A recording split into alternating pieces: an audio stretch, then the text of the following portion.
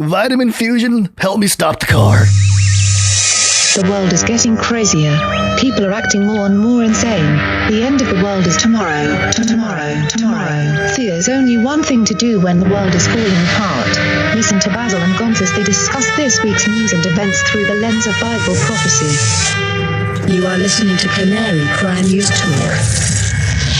You're listening to Canary Cry News Talk. Today is April 9th, 2021. This is episode 322. And today, bang! Gat epidemic? Yeah, well, I have no context, but I am your best buddy, Basil. And this is Gonz, the most woke Asian American podcaster in the world. I'm making that self-proclamation. Wow. Welcome to the podcast where we praise Jesus while reporting the egregious with a well-rounded, biblically grounded take on world events. And if you're watching on the Face Like the Sun YouTube channel, you'll notice that we did not, or were not able to go live for episode 321. That is because the Face Like the Sun channel received a strike from YouTube for an episode we published back in August of 2020. And of course, I appealed. And in the appeal, I stated, I am appalled that you would censor videos on a channel hosted by an Asian American. A little tongue-in-cheek. Yes. Given the current social conditions, it's alarming that YouTube would silence content published by an Asian American like myself. This kind of overreach, what did I say? By YouTube might be considered a violation of Biden's executive order to stop Asian hate. And normally when I do an appeal on YouTube, it takes a few weeks to maybe a month or two to hear back. Not for them to tell you that they're not going to be bringing it back. Have they ever brought a video back of yours? No, not when they shut it off and delete it or whatever. So no. Mm-hmm. Not so this time. YouTube responded, "Hey, Face Like the Sun, we've reviewed your appeal for the following content: Devils in the Politics, CCNT 232. After taking another look, we can confirm that your content does not violate our community guidelines. Thanks for your patience while we reviewed this appeal. Our goal is to make sure content doesn't violate our community guidelines so that YouTube can be a safe place for all. And sometimes we make mistakes trying to get it right. We're sorry for any frustration our mistake caused you, and we appreciate you letting us know." So, there you go, polite. YouTube. Yeah, super polite. They're very apologetic. It's a new age, Gonz. The Asian Americans are getting the respect they deserve. I guess. I use my privilege against them. Yeah, well, it's funny. It's like literally the only video that they've ever approved your appeal on. Yeah, I know. It's because we don't cyberbully people. We don't. And that's the other thing I mentioned. It's like we're not harassing or cyberbullying anybody. It's ridiculous. Yeah. And of course, just as a side note, let's see. Oh, I guess the story is gone. I had it here ready. Susan, our good old friend Susan Wojcicki, the CEO of YouTube, stated that it's easy to, quote, make up content and post it from your basement, end quote. So we boost, quote, authoritative sources. She basically admitted that, Yeah, she's calling her own customers losers. She's calling the people that made YouTube what it is. Yeah. A bunch of people in basements coming up with making up stuff. So, yeah, that's the thing. She's calling everybody who makes independent media losers and saying they only boost verified mainstream outlets. So YouTube has gone from, the platform of the people to yet another outlet for mainstream media. Yeah. So great. Good job, Susan. Wow. What a great platform you have. Super cool. It's not YouTube anymore. It's CoreTube. Me too. Me too.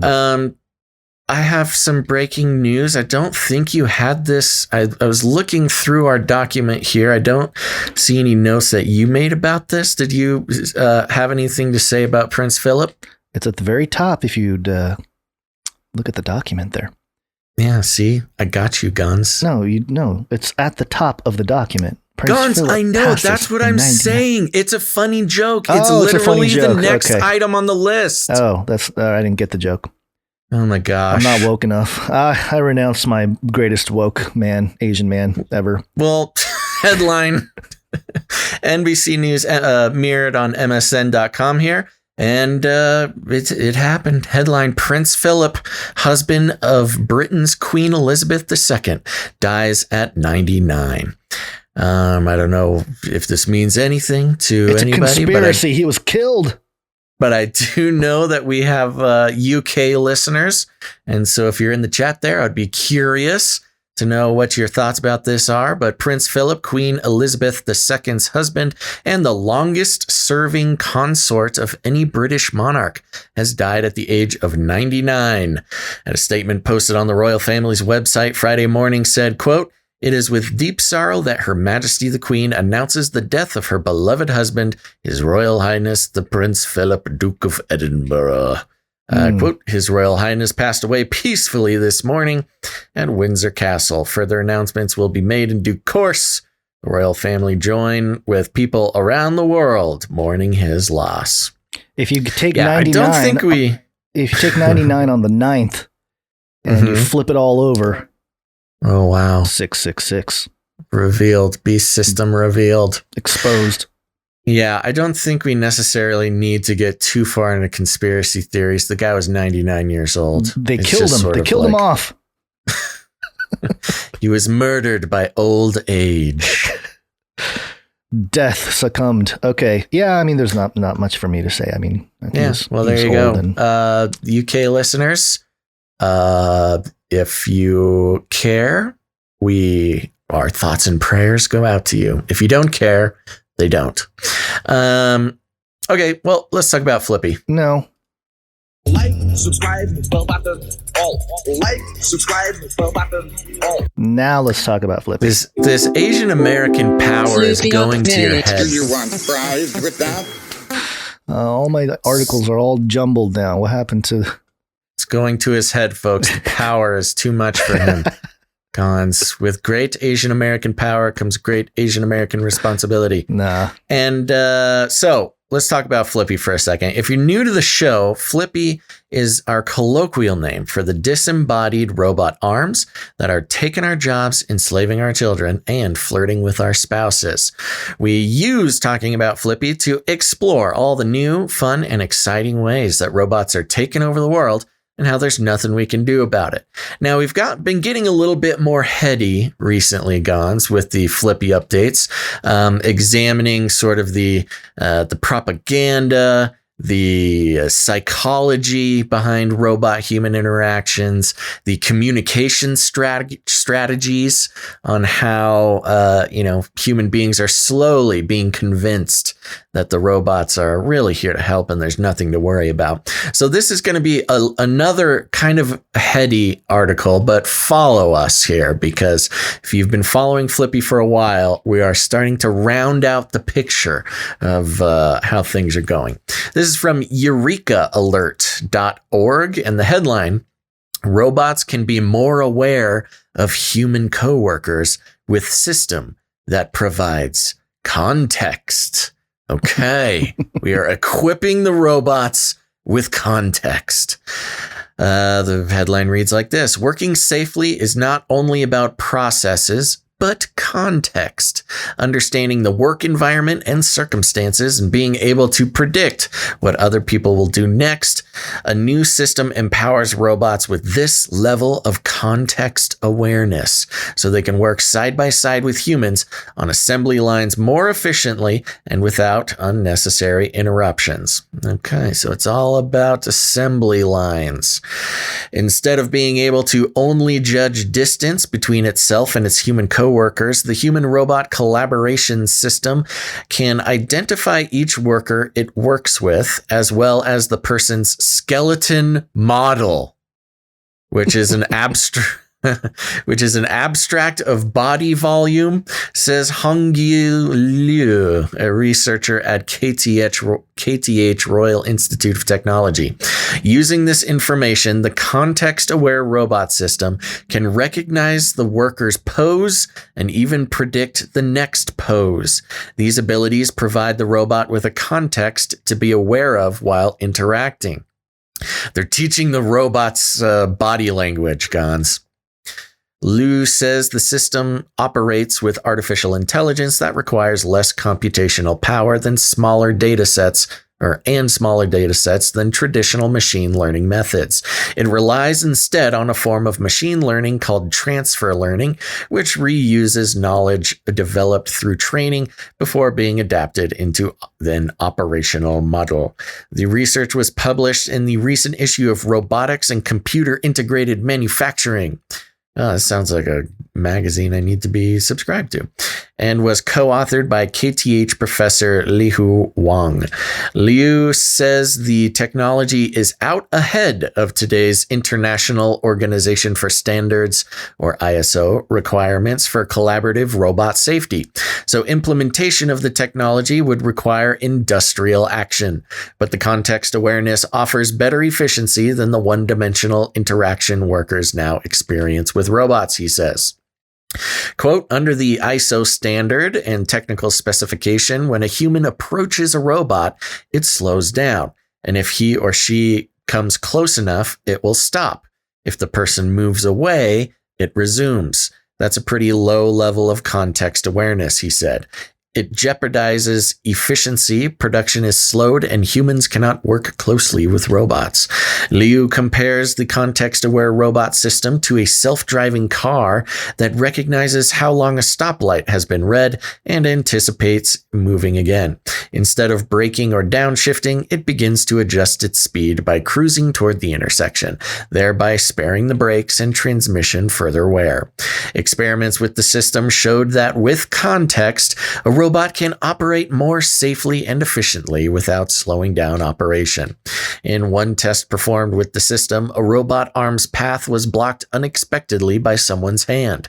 But rather than stop, the robot adjusted. It predicted the future trajectory of the hand, and the arm moved around the hand. Quote, this is safety not just from a technical point of view in avoiding collisions, but being able to recognize the context of the assembly line, he says. This gives an additional layer of safety. So, like I said, we have given the robots context. The robots can now identify body language. They have your skeletal model. Gons, watch out. These robots can see your skeletal model and an abstract of body volume. So soon will come body shaming from these robots. It's, as always, put into the context of efficiency and safety, because that's how you sell robots. You got to make sure they're safe. But it's interesting because it's it's subtly saying, like, these robots, while they won't kill you, they're not going to wait for you to get out of the way to continue their work, human. You're slowing down the robotic efficiency of our factory or something like that. And, Gons, as I've always said, and listeners will recognize, the only thing more dangerous than a robot without context is a robot with context. Yep. I think this is, I guess, either racist or speciesist or just a prejudice in general towards people with quick twitch muscles. Okay. If they have quick twitch, they can approach the robot quickly. And I don't know that the robots are equipped to stop in time. Maybe a sloth, they can kind of stop and go around a sloth type of motion, but not the quick people. Similar to how you look at Boston Dynamics, all sorts of robot demo videos. it's always very impressive when the robot is doing something, then a human walks in the way and the robot stops and doesn't kill the human. And we're like, yay, the robot didn't murder someone. But now when, those moments back in the before times when, we worked in offices or whatever, and you're walking down the hallway and somebody's walking the other way down the hallway. And then you both try to like move to one side, and then you end up doing that little dance because you're, unable to predict where the other person's going. Instead of the robot just stopping and letting the human go by, now we're just going to all get into weird games of chicken in hallways, doing this little dance with robots.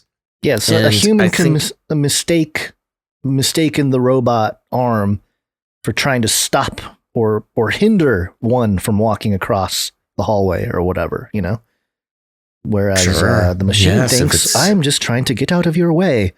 But if you can't communicate, can't figure it out, like your office situation there, throw eggs at him. Just violence. Like the anti-robot militia in Phoenix, Arizona. The extremists.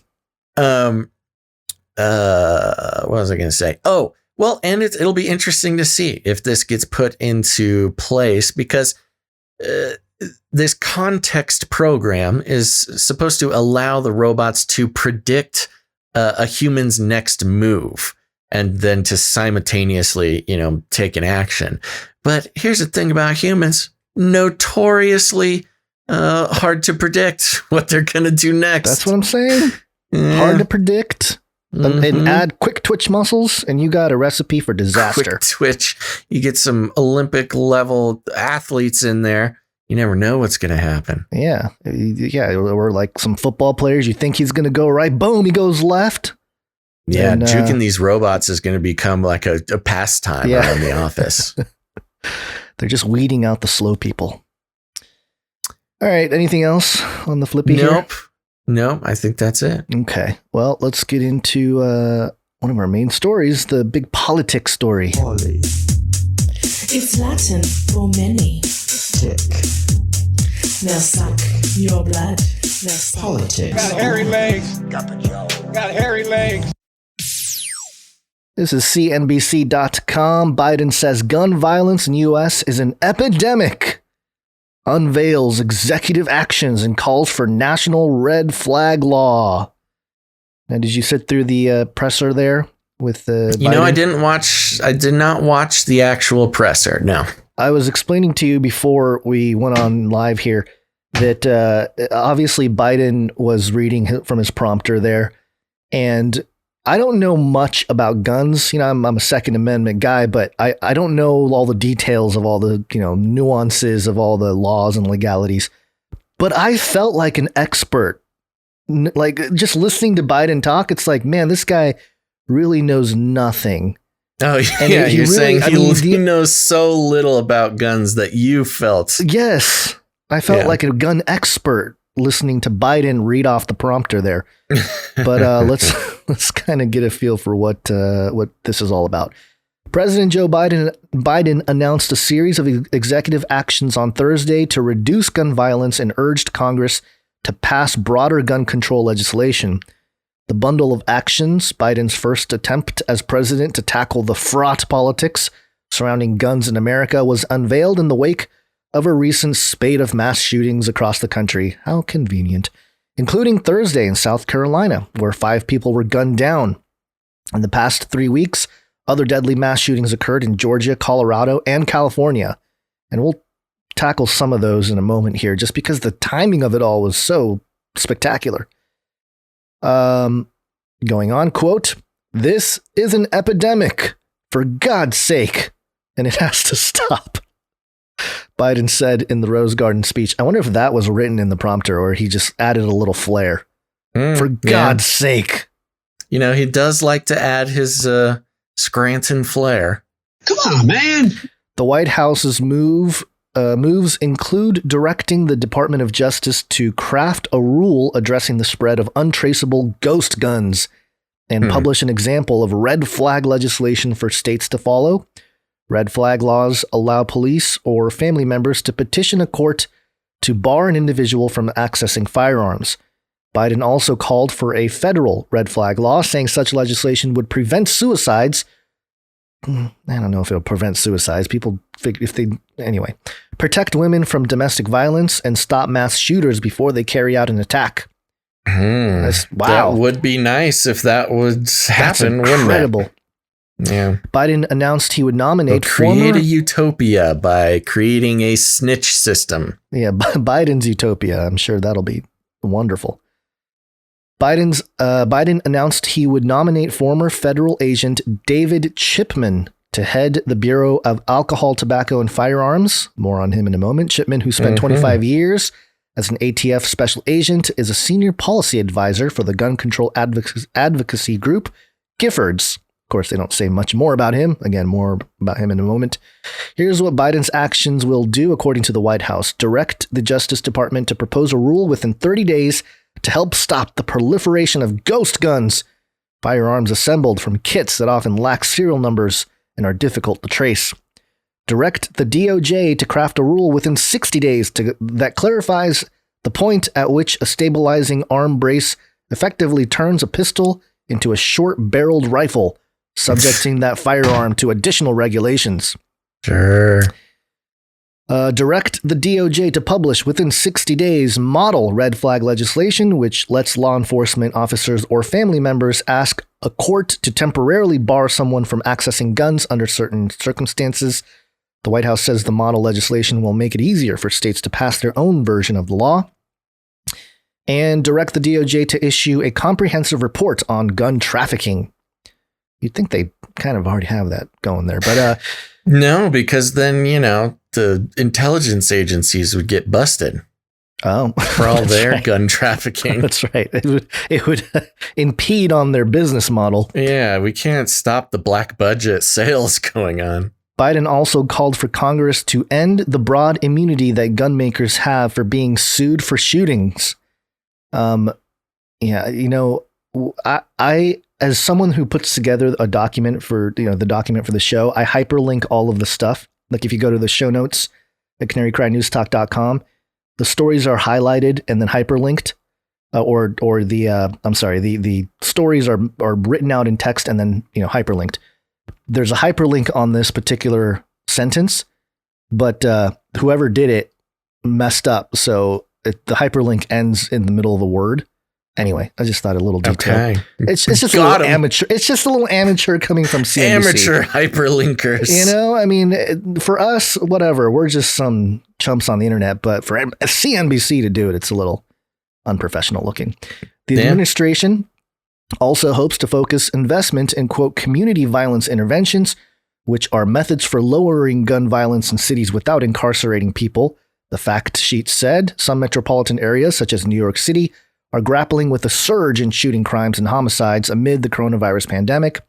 In his speech Thursday, Biden lamented that gun violence has become, quote, an international embarrassment for the U.S.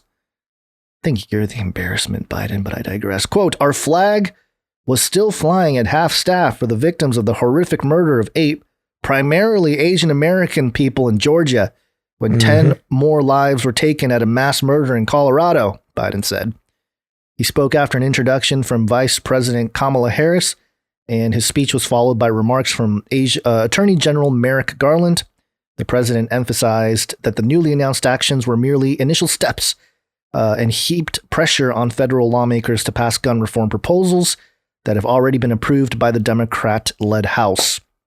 Quote, there's much more that Congress can do to help that effort, and they can do it right now, Biden said.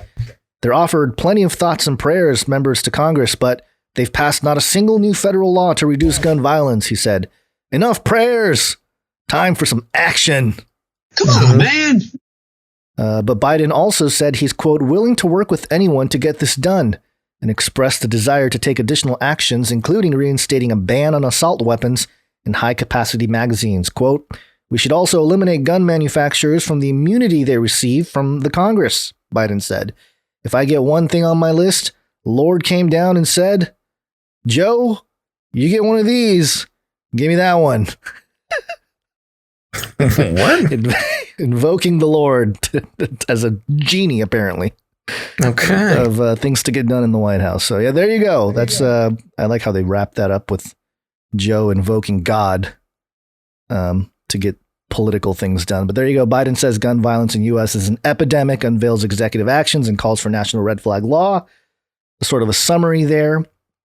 And we got some notes from producer Gravemind, who is I would say he's a gun rights enthusiast.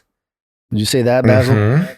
Yes. And it's as far as I know from his emails. yes. And there's a few things I wanted to highlight from his email, and you can comment on it, being a more knowledgeable firearms expert that you are. Mm-hmm. He said, I listened to Biden's speech. I wouldn't say experts, but well, I'm trying. Come on, you're making me blush. No one can tell under those googly eyes. Okay, what do we got? He said, I listened to Biden's speech, and here are some things I noticed. He liked to use the term epidemic of gun violence. Yeah. No. The chances of getting killed by guns in America is less than a third of getting killed in a car crash. In 2016, 37.8K by cars and 11K by guns, 65% handguns, 6% rifles, 30% other. Quote, assault weapons are not the problem. This number shrinks even further when you rule out suicides. So, right. Yeah, that's a lot of propaganda speak, if you will, to call it an epidemic of gun violence. And then he kind of went into some more finer points from his speech. First, he said increasing universal background checks is not supported by a majority of Americans. He talks about a poll put out by Quinnipiac University. He says the poll put out by Quinnipiac University was not referencing increased background checks. 90% of those polled voted yes if they supported background checks. However, once they were asked about stricter or increasing gun laws, the number fell to 61%. The opposed were Republicans, gun owners, and people in the house with a gun. This shows that there is not a huge public demand for increasing background checks among those who know anything about firearms. Yeah. So, yeah. Now, he refers to this specific poll, and I have seen this poll, and I have heard the problems with this poll. It's not the only one out there, but I think that it's kind of a not very important point. Yeah, to argue. I'm not going to argue with him. Sure, I just think they used it as part of the argument. Did Biden actually mention the specific poll? I think so. Okay, yeah, not 100%, but I'm pretty sure he mentioned it as part of the argument. So okay. Next, he said very divisive language to call guns are weapons of war or assault weapons, and it's to elicit. Yeah, well, weapons response. of war. I mean, there's very specific weapons used in war. And not to call. I mean, he's just, again, he's kind of saying it poetically and metaphorically and worst of all, politically. Right. That's the problem. He's sort of mixing the weapons of war isn't even like a technical term, no technicality.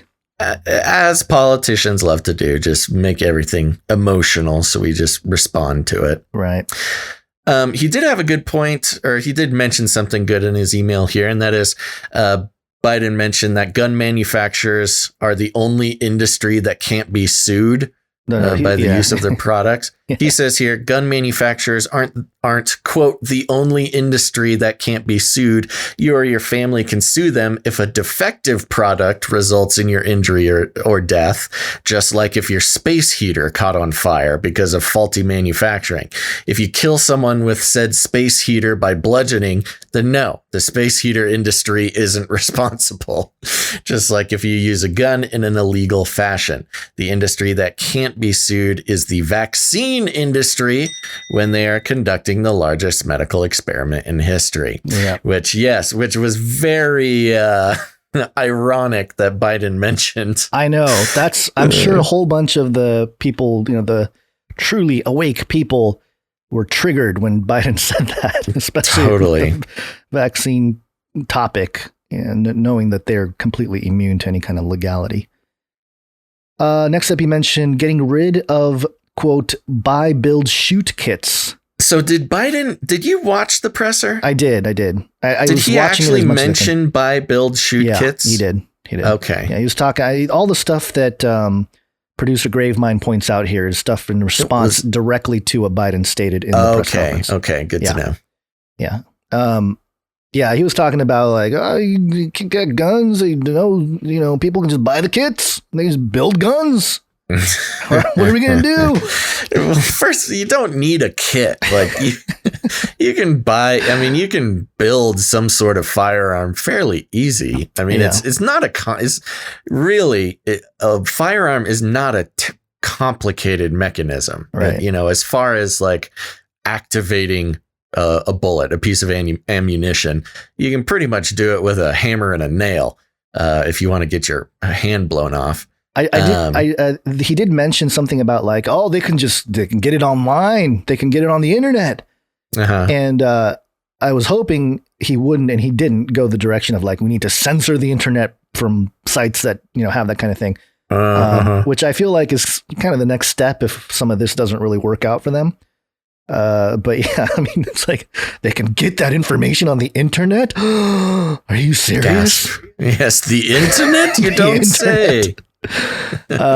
He does say that getting rid of the buy, build, shoot kits to a degree that this has already started to be enforced. The ATF raided Polymer 80, one of the companies that started the trend, and even visited some of their customers who were buying their BBS kits. This is borderline illegal, but the ATF does it anyway. And so looks like they're already on that.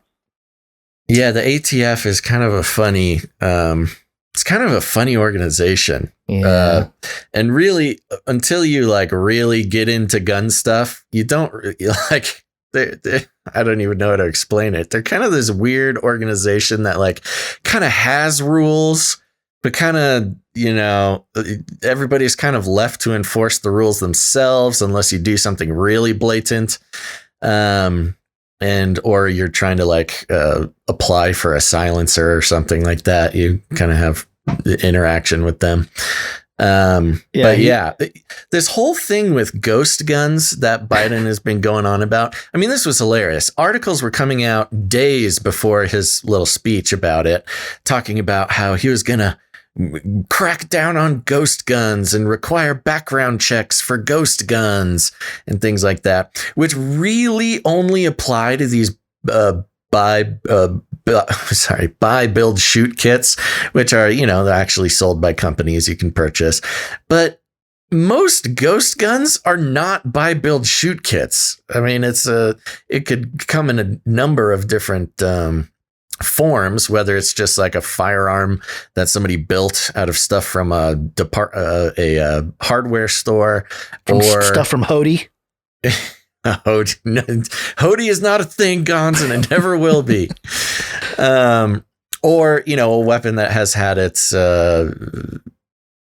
serial numbers scratched off, right? Which is already super illegal. Yeah. So having him say we need to do background checks, that was really the like biggest announcement of his whole thing.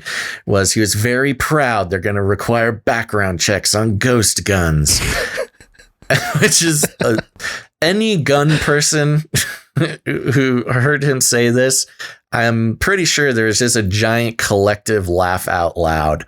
They're just rolling across the country when he said that, because like, if it's an illegal, ghosted gun, then it's, it's mostly criminals, or, this is not a legal activity already, with the exception of these.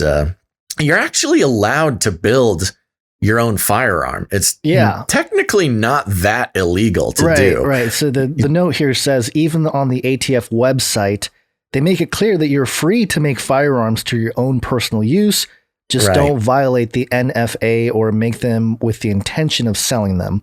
Right. Unless this is a push by the VP to turn the rest of America into Cali. That's a reference to California. Sure. Which, by the way, just as a side note for gun stuff, my father-in-law had to drive back over the border They had been living in Arizona. They just moved back to California, and I was talking to some former cops and some people in the know how to get, because he has a whole bunch of guns that he's had for like years, decades, before a lot of the gun laws got in place.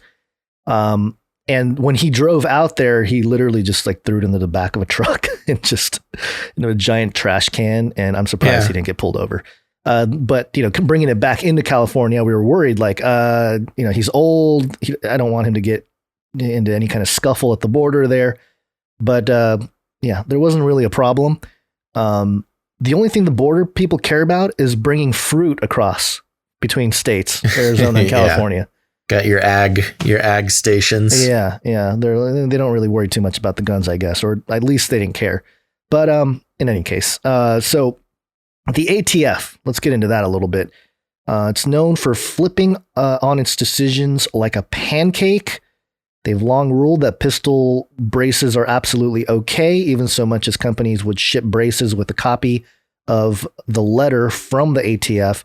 But if you use it to, quote, convert to a short-barreled rifle, a felony without the proper paperwork, which could result in a fine of $10,000 and or 10 years in jail by using it in whatever way they decide is bad that week, they would tack on an add-on charge in court. And Gravemind said, to my knowledge, they didn't go after anyone strictly for the pistol brace use. So, again, one of those things where it's not... Well, this goes back to kind of the bump stock thing. Yeah, which stuff Trump did at the time. I don't know if it ever got reversed or what. I didn't pay too much attention to the bump stock thing, but these are just little add-ons or accoutrements that you can get for... I think of them as plugins. Plugins, gun plugins, little accessories to make it work. Accessories, that's the word I was looking for. Which I don't know, a lot of this gets so opinionated, but also how does that change anything about all like the mass shooters? Like, even if you're a lib Joe, left wing, total Biden, sold out, how does something like that change anything when it comes to... And that's the great thing about what Biden's doing here. And I'll just say it now, and so we can move on and get into some of the other details of what his thing is. I have always maintained that Biden himself as the man, not the Democratic machine behind him, right, but Biden himself as the man and the politician, he is not a radical guy at all. He personally could care less about gun control. He could care less about Black Lives Matter. He could care less about anything. He's a dyed-in-the-wool, self-interested, corporate status quo Democrat. That's who he is. He is the definition of a corporate, self-interested status quo Democrat. Now, when it serves him to, lean to the radical side or, take very hardline positions, then he takes those positions. But otherwise, he does not do anything that is going to hurt him in the long run.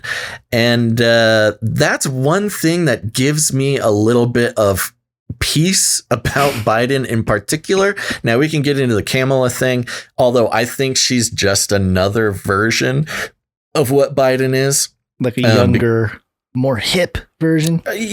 But she is also a status quo corporate, self-interested Democrat. That's her thing. That's why she's so different now than she was as DA of California. She does whatever she's told as long as it benefits her. And when it comes to Biden, that's what you're going to get. And that's what we've seen. And that's why all these gun things that he's doing now, of course, people who are very passionate and they are charged with the mission of protecting gun rights in America. They have a reason to not pay attention to what I'm saying because they must be hardcore in order to accomplish their mission. But all of his gun law stuff that they're not even gun law, these executive orders, these statements, these motivations he's putting out to states and other organizations. That's what they're fairly benign in that, requiring background checks for ghost guns. What are the actual numbers on ghost guns and the crimes that are committed by ghost guns?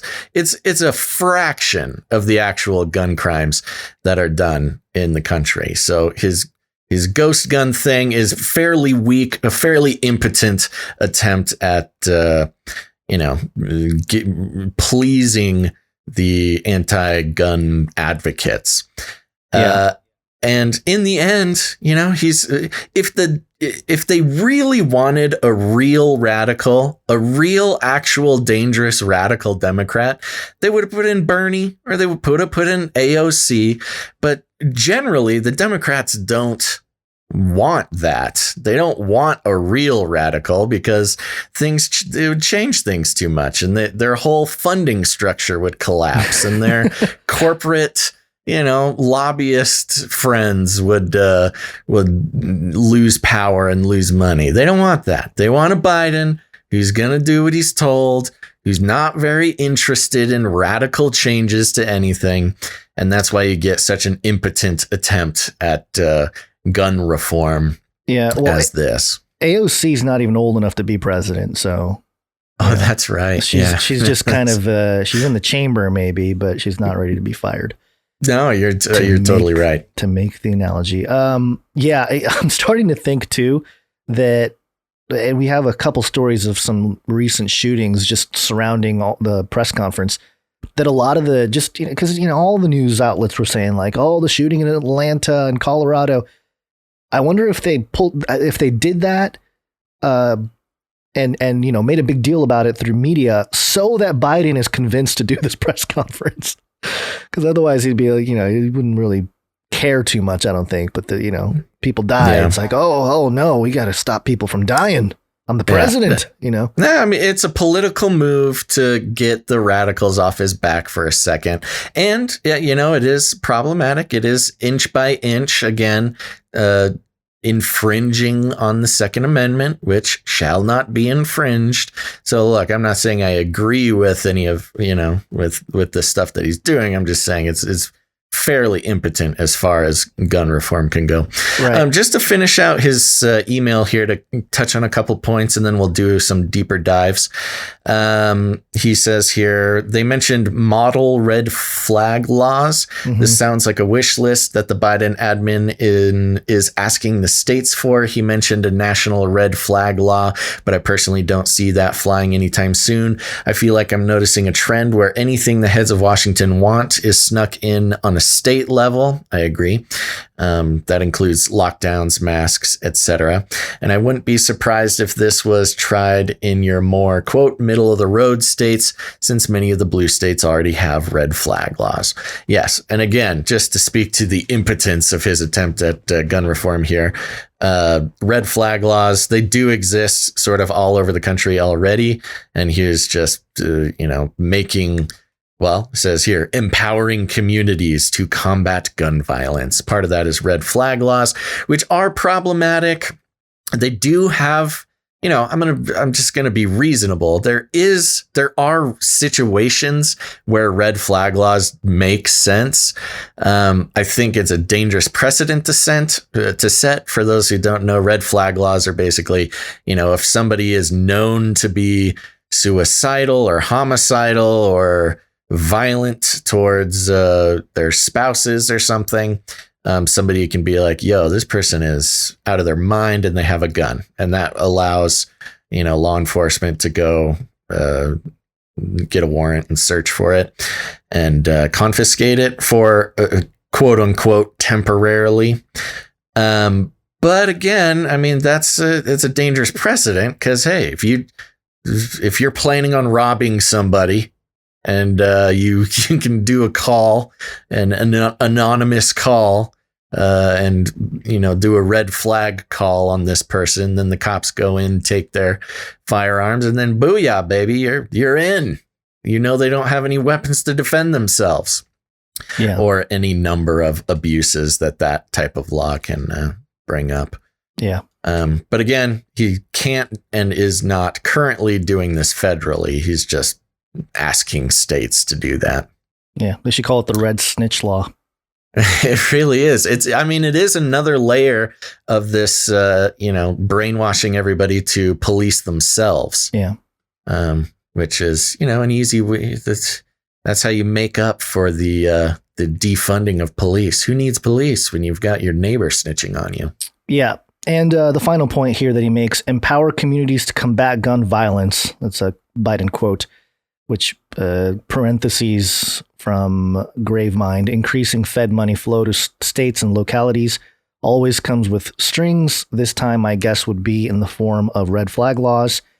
And he mentions David Chipman, new ATF director, was a special agent at Waco. Yeah, this was one of the biggest parts. Yeah. And we'll just jump over real quick to this. It's ABC News. This ABC News, but nothing is loading for me. What's going on here? It's AP sources, Biden to nominate former special agent, gun control advocate David Chipman as ATF director. And it says here, you know what? There's no story. It looks like literally there's it's no just story. Wow, that's weird.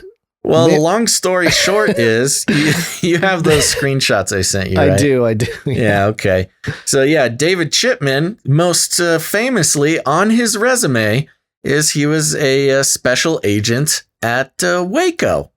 So if you're looking for a guy who's ready to do anything that needs to be done, even, the firing upon and burning men, women, and children alive because they are alleged to have weapons.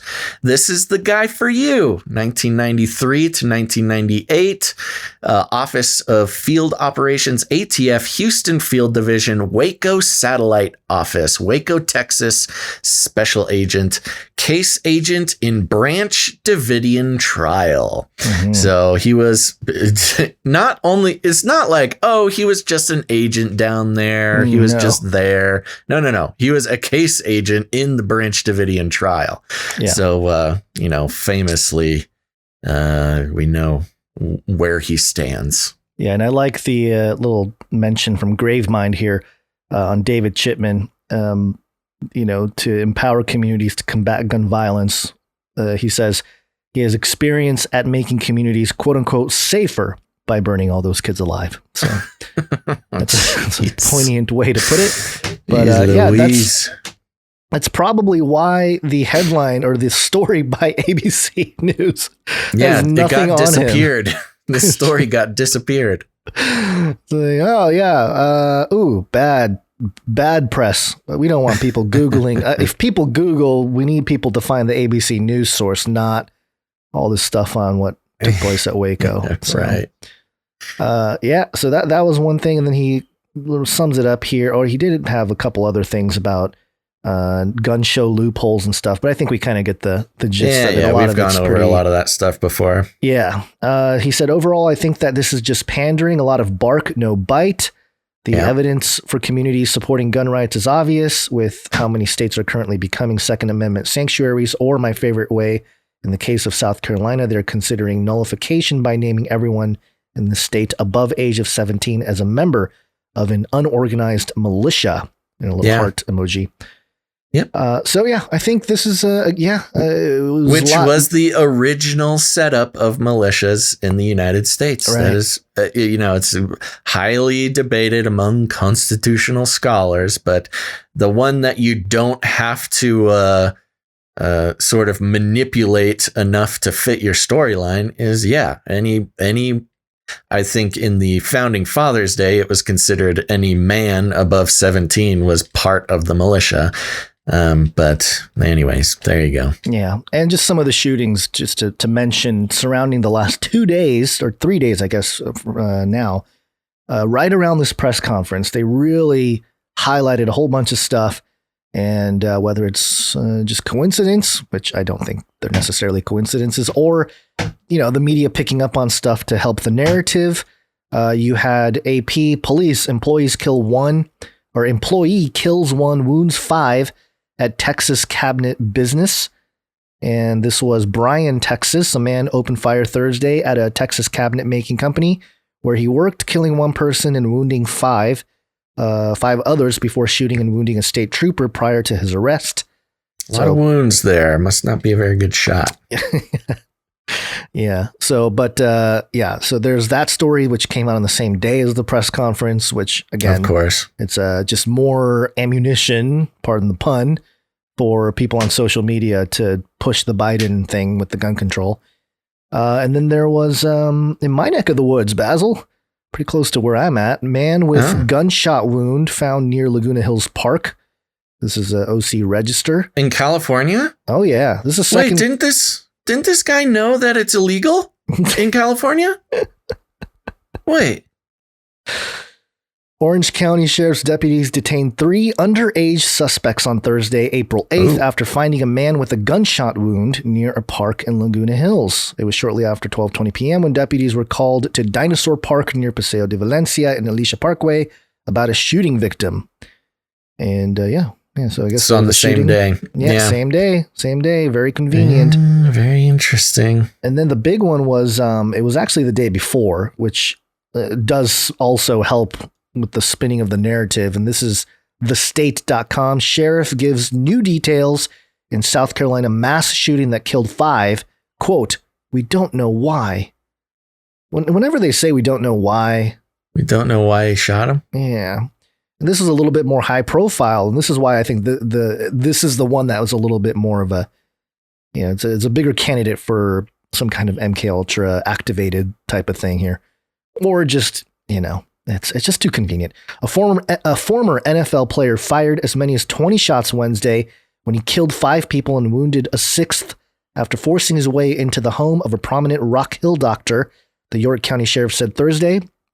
After a lengthy manhunt, Philip Adams, a Rock Hill native, killed himself inside his family's home while down the street from the site of the shooting, York County Sheriff Kevin Tolson said. Tolson provided new details Thursday afternoon about the mass shooting that sent shockwaves through the community and drew national attention. And according to the story, drew national attention being the key point there. Right. And the shooting involved inside the house of Marshall Road. Adams then he shot Dr. Robert Lasley, and then he went after Lasley's wife, and then a couple of grandchildren, which were age 9 and age 5. So that's, right. So some people, you're bringing up all of these to say that it's part of a narrative building leading up to the Biden. Leading up to and as part of the day of, a lot of stories of shootings just pop up in various local stories, even my local area, which is actually the second shooting in, I think, Orange County within a couple weeks. So, there's always gun stuff here. We just don't always hear about it. But the fact that the media would highlight it would suggest that there's an agenda behind it. So, because some people always say, like, especially those who are really, really fringy, they're always like, it's all fake. And it's like, well, it doesn't have to be fake. People can die. It's not about it being fake. That's kind of the misconception with false flag stuff, too. Right. It's the agenda or the use of these events for the narrative that we're paying attention to. Right. And, because if you think about it, the elite don't care if some kids die. Right. Especially if it serves their purpose. So, they're sick in that way. But that's it. That's all the stories we had for the Biden Gun Control Act. Seems like a big nothing burger. Yeah, more or less. I mean, again, hardcore, gun rights activists, probably rightly, are don't want any inching towards their Second Amendment rights being infringed upon. And there's there's nobility in that and sticking as close to the Constitution as possible. But yes, as far as some sort of gun control that's going to affect people on a sort of regular basis, this is pretty, like you said, a nothing burger. Yeah. All right. I was going to say, Gons, It is episode 322, and we did not start off with a nice, fun little 322 talk for those who might not be so aware of it. And I did pull something up I think I'd like to read, but I think I'll do it after the politics section. Okay. How does that sound? That sounds good. Sure. Okay, let's do that. All right. Well, we mentioned the George Floyd, I guess the whole court hearing or the court case happening now, trial happening. And one of the things to come out the last couple of days, and we said we would mention it, if there's actual news to be had. This is politifact.com. Quote, toxicology report was made public by the Minnesota prosecution revealing the cause of George Floyd's death was a fentanyl overdose. It's like a fact check of that. Because it was for a while, people were saying like, yeah, he didn't die from the asphyxiation by Derek Chauvin. But the results, according to PolitiFact, no, autopsy doesn't say George Floyd died of overdose. And in the courtroom, I think there were two conflicting reports, but they were both basically saying that, I think one was by asphyxiation. The other one was from some kind of chest thing. But and they both mentioned how the that he was high on fentanyl and all kinds of stuff, but that Chauvin's knee to the neck was part of the reason why he actually passed away, according to the coroners. So I don't want to take too much time with it because it's sort of, I don't know, the trial's still ongoing, but this was one of those points that I know a lot of people who are trying to defend Chauvin came out and stated that, hey, that the coroner said that it was because of the overdose. And, yeah, well, if he was really overdosing on fentanyl, he would not be up and walking around. And right. Like an Certainly overdose on fentanyl is a very extreme, drug overdose. All drug overdoses are extreme, right? But a fentanyl overdose, he would not be up walking around, going to a store, purchasing something. Right. Plus and that's the thing, the knee to the neck thing may have contributed to his death just as much as, because if you're super high on fentanyl, and then George Floyd has the history of swallowing all the drugs when he gets pulled over, it's not going to be a good combination, So we'll kind of keep track of course not. But yeah, with the whole Chauvin trial thing right now, it's every article it's the weird thing about it, it's just sort of reiterating everything. We've already heard. Yeah, there's been nothing new. It's like it's a re-traumatization of the American people through the media here. You're just having to hear. I've read at least a half a dozen articles since Monday, day by day of the trial, people reporting what happened next, and not a single piece of new information that I've seen. It's literally just a re-traumatization. Yep. Yeah. Not dramatization, traumatization. And this is 21stcenturywire.com. The headline, BLM activist, quote, buildings will burn if Chauvin isn't convicted of murder. I think that's kind of the takeaway here. Yeah, people are just waiting. Yeah, I mean, I don't think that's too aggressive of a statement. I think everybody expects that to be the case. Yeah. Okay, let us should we check in on the Alex Jones thing? Oh, let's see what AJ's been up to. AJ, what is AJ up to? Hold on, I have a AJ ISO. I know somebody sent us the frogs clip, but we got to come up with a better AJ jingle. I have this one here. We were made by the aliens. Just real straightforward. Is that him with Joe Rogan? No, that's him with Flagrant 2. Oh, okay. It's a different thing. Yeah. So Schultz. This video may have been going around. I'm sure a lot of people saw it, and you got a little clip we're going to play here, but just to set it up, if you don't mind. Yep. This is coming from the gatewaypundit.com. Watch March, Alex Jones physically stops vehicle after witnessing migrant children being stuffed in the luggage compartment. Okay, luggage compartment is a bit of a creative Cassandra way. Fairbanks, the author of this article, notoriously right-wing, very outspoken right-wing, not an activist per se, but borderline. I mean, she's whatever. But yes, luggage compartment. This is not quite okay. And Alex Jones physically stops vehicle. He's the Look Hulk. at the picture. Can you see the headline? Oh. The picture up the top. Yeah, you'll see when you actually watch the video. He stood in front of a car. He didn't physically stop the vehicle. He stood in front of the car. But the frame that they took from the video is him like Hulk style pushing the car, pushing against the car. And like, I'm surprised they didn't add some like smoke down by the wheels as if the guy is like gunning it. Anyways. Yeah.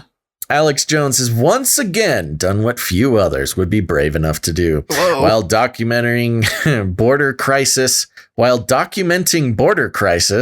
Jones and his crew witnessed a man shoving several young children into the luggage compartment. Okay, it's the back of an SUV, but okay, in the back of his vehicle. According to InfoWars, look, I'm not trying to defend the people putting the children in the back of the car. We're going to talk about it, but it's just funny to hear the sort of Alex Jones propaganda machine make him sound like a superhero. According to InfoWars, children were being taken, quote, from the dirt floor child camp under the International Bridge in McAllen to a processing camp in Donna, Texas. The migrants were then moved to a COVID processing center in downtown McAllen after being brought to Catholic Charities of the Rio Grande Valley. The charity, according to the InfoWars report, again, this is all according to the InfoWars report, provides the illegal immigrants with airplane or bus tickets to any city they choose in the U.S. and a debit card with $1,200 per person. Whoa. That is quite a deal. They are then transported by staff to the airport or bus station. On their website, they claim to have assisted over 23,000 individuals who have illegally traveled into the country. Quote, when the crew was walking to the Christian Charity Center near the bus station, they witnessed 5 children and an adult exiting the center and being loaded in a hatchback car. I don't think a hatchback is the correct way to put it, but okay. It was a horizontally opening back door, but okay. 3 of these children were loaded into the luggage compartment, back of an SUV, where no seatbelts were present. That's true. This video picks up where the crew sprung into action. Jones immediately stood in front of the vehicle to prevent it from moving while members of his crew attempted to get police to the scene. And should we just do the video? Yeah. This is somewhat of an edited down version, just so I took out all the profanity and whatnot. But here is the whole scene. Keep walking up to the car. You got a car seat? That's illegal, bro. Where are you taking these kids? That's illegal. If you get in a traffic accident, those Where kids are are you going to get taking hurt. these kids? You have a car seat. That's illegal. How is this Christian? Hey, we need the police over here. They got a bunch of kids without their car seats. You're violating Texas law. Who is this right here? Hey, You got no comment. See, you got this is those children in Christ-like. there illegally. You're about to run a human being over. Hey, You got who are those children in there. Who are you? You got those Who are smuggled you? children illegally. Who are you? Where are you taking these You're children? smuggling children. Are you part of You got to be legally in that vehicle. Where are you taking these kids? And now, Sir, they where get are you me at the taking front. these kids? They don't even have car seats. Sir, they have their seatbelts their on. seatbelts aren't even on. They Where are break you all taking laws. these children? You are violating state law. You have children. They're not going there. You're not making any sense, sir. Identify yourself. Who are you? Kids out of that back, man. If somebody rear ends you, those kids are going to get hurt. Who are these kids? I don't know, sir. People. Lie them down right there. Get the cops. Where did you get them from? From the church. From the church. Where's the church? From one church. Yeah, they're plowed in the back. Now the police shows up. What's your name, sir? Do you have your ID on you? Or your driver's license? Your human smuggling's going to stop, creep. So you're cool with human smuggling? If I drove around with 3 of my kids in the back of the car, I'd get arrested. You're scaring of yourself. You're scaring the children. This is somebody from the church yelling at Alex. Really? What kind of Catholic organization is this? Jesus stuffs people in the back of a car? You should be ashamed of yourselves. Every single one of you. Vitamin Mineral Fusion is a remarkable product. Straight into the ad. Oh, he couldn't get away without trying to sell some supplements. Oh, AJ. Vitamin Fusion, help me stop the car. Yeah, you see that? You see me physically stop that car and rescue those children? Okay, so I think value for value model, folks. Yeah, we're not going to sell you supplements here. Yeah, I think the point here is Alex and the whole InfoWars crew is correct in stopping this guy for unless it's staged. Of course, that's the bigger question. Well, I do want to kind of walk through a little bit and look at the staged versus not staged situation. Yeah. Okay, because it's totally illegal to just stuff a bunch of kids in the back of a car. Yes. No seatbelts, no car seats or anything like that. And, so at the basic level, for them to stop it and because they were doing it right in front of him, is legit in terms of like, okay, yeah, that's illegal. You shouldn't do that. And at the end of the video, after the cop, stops and talks to the guy, they take the kids out and whatever. But you do have to question. You got the whole camera crew that you got like 3 or 4 camera angles. You have Alex coming in hot. All these guys really making a scene. Maybe it was a little overblown. You know what I mean? Like, how do they know for sure it's human trafficking? Right. Well, so plenty of organizations do this. Catholic Charities does do this. And yes, it's mostly paid through government grants to help. NGOs are sort of, put into action to do a lot of the management of migrants.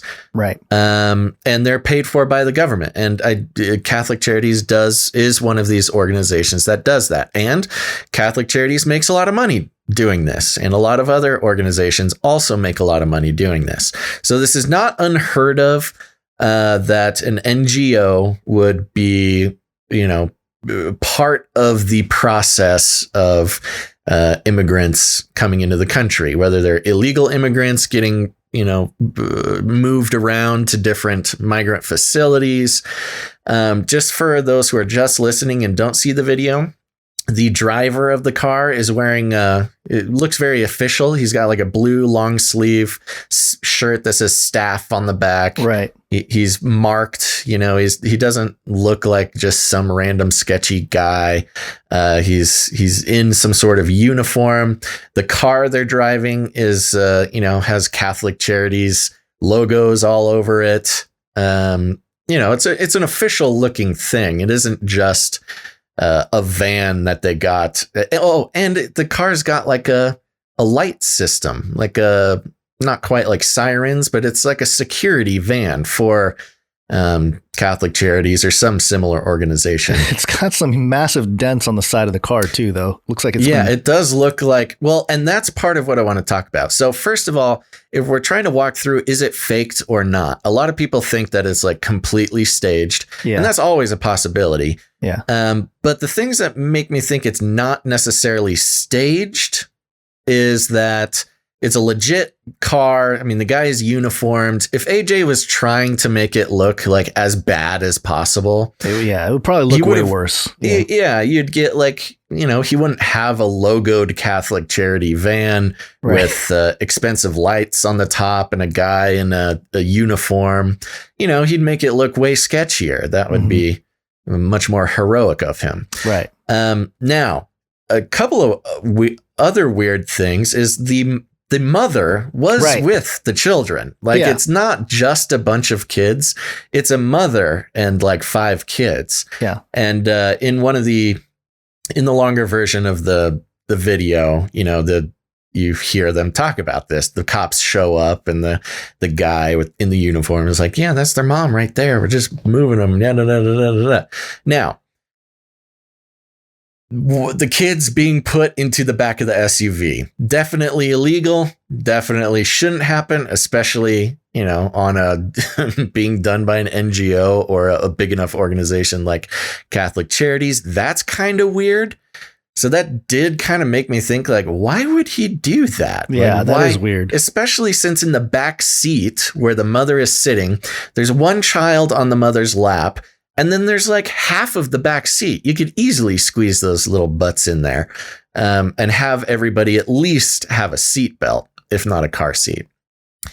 So that was kind of weird. Like, putting him into the back did make me think, like, there's no reason for him to do this. Why did he do this? It looks so suspicious, and maybe he's just not necessarily the most litigious staff member at the Catholic Charities.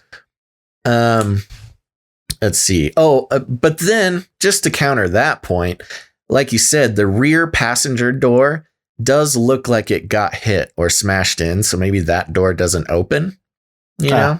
So, like, I don't know. Again, not a good enough reason to put kids in the back of the car. Get in from the other side, especially since the other side faces the sidewalk. So it would make more sense. Exactly. It wouldn't be weird to do that anyways. But yeah, and I don't know. I don't know. There you go. Give me a second to think of other points. But what do you think about that so far? Yeah, I get the feeling that this was Alex Jones not letting a good crisis go to waste. Yeah, he's got his I think camera that's crew exactly there. right. It looks like a guy putting a bunch of kids in the back of a car. It doesn't look good for sure. So he would definitely take that opportunity. He's got his camera crew there. So, he got a couple guys point fingers at him, start yelling at him. It's a good way to cause a scene.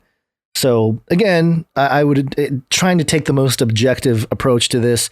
That he did, I guess, do the right thing in terms of, hey, this is pretty illegal to just have a bunch of kids in the back of a car. Mm-hmm. But does this prove human trafficking, smuggling, all that stuff? Not necessarily. It's human trafficking in that humans and children were being transported from one place to another.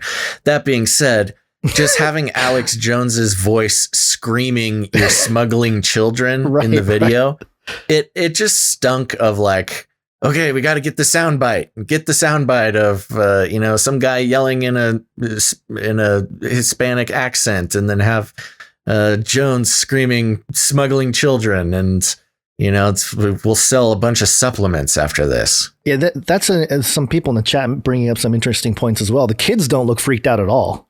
Maybe the kids have gone through the whole rehearsal. But other people pointing out the big Hollywood sign in the background, the Hollywood fashion store. It doesn't help Jones's case when it's all Hollywood in the background. That is interesting. Yeah. What is that? Is that just a store? It's a store. Yeah. It looks like just a fashion store or something like that. But yeah, I mean, you can read too much into something like that. But again, we're not going to know for sure. But at the very least, he got a lot of attention for this. And Cody in YouTube does make a point. If they did cross the border, they've probably been through so much more than just a yelling. Couple guys yelling at him are this like, would mean nothing. They here probably we go again. Probably spent weeks like duct taped up into the wheel well of a truck to cross. Whatever they do. Like, I'm not trying to. I'm just saying it's hard work getting across the border, especially with 5 kids. Yeah, and the other part of it too, they don't blur out license plates. I mean, there's something about this that's, I would say, a little bit more. Yeah, they don't blur out kids' faces or anything either. Nothing, yeah. So it's a little weird. It is a little weird. You would think, well, they're not documented, so you're not really doxing anybody, but... Oh, gonzo. Yeah, weird. Anyways, weird. The whole thing is weird. I don't know. I think it doesn't quite matter, though. No, it doesn't. I don't think this was like, child trafficking in the sense, in the sort of now colloquial sense. What's going to happen now is it's going to give fuel to mainstream media to say that, Jones says Hillary Clinton ordered children to be put in the back of a van. Right. And you know what I mean? Like, it'll be an easy way to spin the other way. So, I don't know. But overall, very strange event that went viral. A lot of people talking about it. Great screenshots of him hulking out, physically stopping a car. And I like the video. Just can't end it without a little advertisement. You know, it is kind of funky. Some people are kind of taking a look at the police officer, the sort of main police officer that shows up. Mm-hmm. Completely face covered. The face covered, like gator, not just in a mask style, but completely. It's like he's wearing a balaclava. There'd be no way to identify this. Although I did see him get out of a cop car, like in the full footage. He you're right. In the car. footage, you do see cop cars and stuff. So yeah, I don't know. Well, don't put kids in the back of an SUV, folks. AJ in front of Alex Jones for whatever reason. Yeah, for whatever reason, it's not a good call. Although most school buses don't have seatbelts. I think that law just changed in some of the states, but what? Most school buses in general don't have seatbelts. Oh yeah, never. So, yeah. They're the most dangerous child maracas in the world. Take a sharp turn with that. You've got kids flying all over the place. Yeah. In Ireland, there's a lot of political unrest. This has been very interesting. Yeah. This is a tweet by Vincent Kearney. The moment loyalist youths in the Shankill Road area of Belfast Patrol bombed and hijacked Belfast. It's Belfast. It's okay. Yeah, Belfast. That's what I said. Oh, yeah. Well, I mean, you did I more know, like I know about Belfast because of the concerts they had there, the metal concerts they had over the years. They do have good metal concerts. Patrol bombed and hijacked a bus this evening. Driver had a very fortunate escape. A press photographer was also assaulted, plus had cameras damaged. And this is just a 9-second clip that shows a little situation here. There goes the people throwing those Molotov cocktails. Petrol bombs, they call them. Petrol bombs, yeah, right into the front area of the bus. Bus on fire. And then later there's like a big flame that sparks up. But yeah, a lot of civil unrest. Sectarian violence boiling over. As far as I know, it's the worst, or they're talking about it as if it's the worst since the Good Friday agreements. Yeah. Do you have like a whole breakdown of this? Or? No, not really. Yeah. I just wanted to mention it. I did spend some time looking into it because for those who have been listening for a while, know that I'm really fascinated with I'm Ireland. really fascinating, folks. I'm really fascinating. Freudian slip.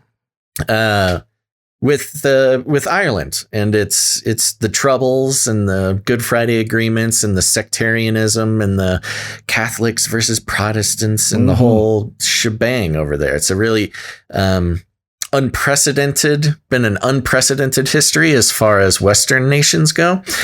And so I spent some time, and it's really not easy to understand, but to boil it down as much as I can now, and we might get into it a little deeper later. This is happening in Belfast, which still has walls splitting the city, the sectarian parts of the city, and this violence broke out over at the walls. So this was very specifically related to, the divisions that still sort of linger from the Troubles. And it all has to do with, I don't have the term right in front of me. Shoot. It's called the Irish Sea border. And it has to do with Brexit. So as they're figuring out Brexit, they're having to figure out, the borders between Ireland and Northern Ireland, because of course Northern Ireland is part of the UK. Ireland is not. Having a hard border between Ireland and Northern Ireland is a problematic sort of throwback to the Troubles. And specifically, this was all about a sea border, just having to do with like trade and stuff. But it really ignited these sectarian.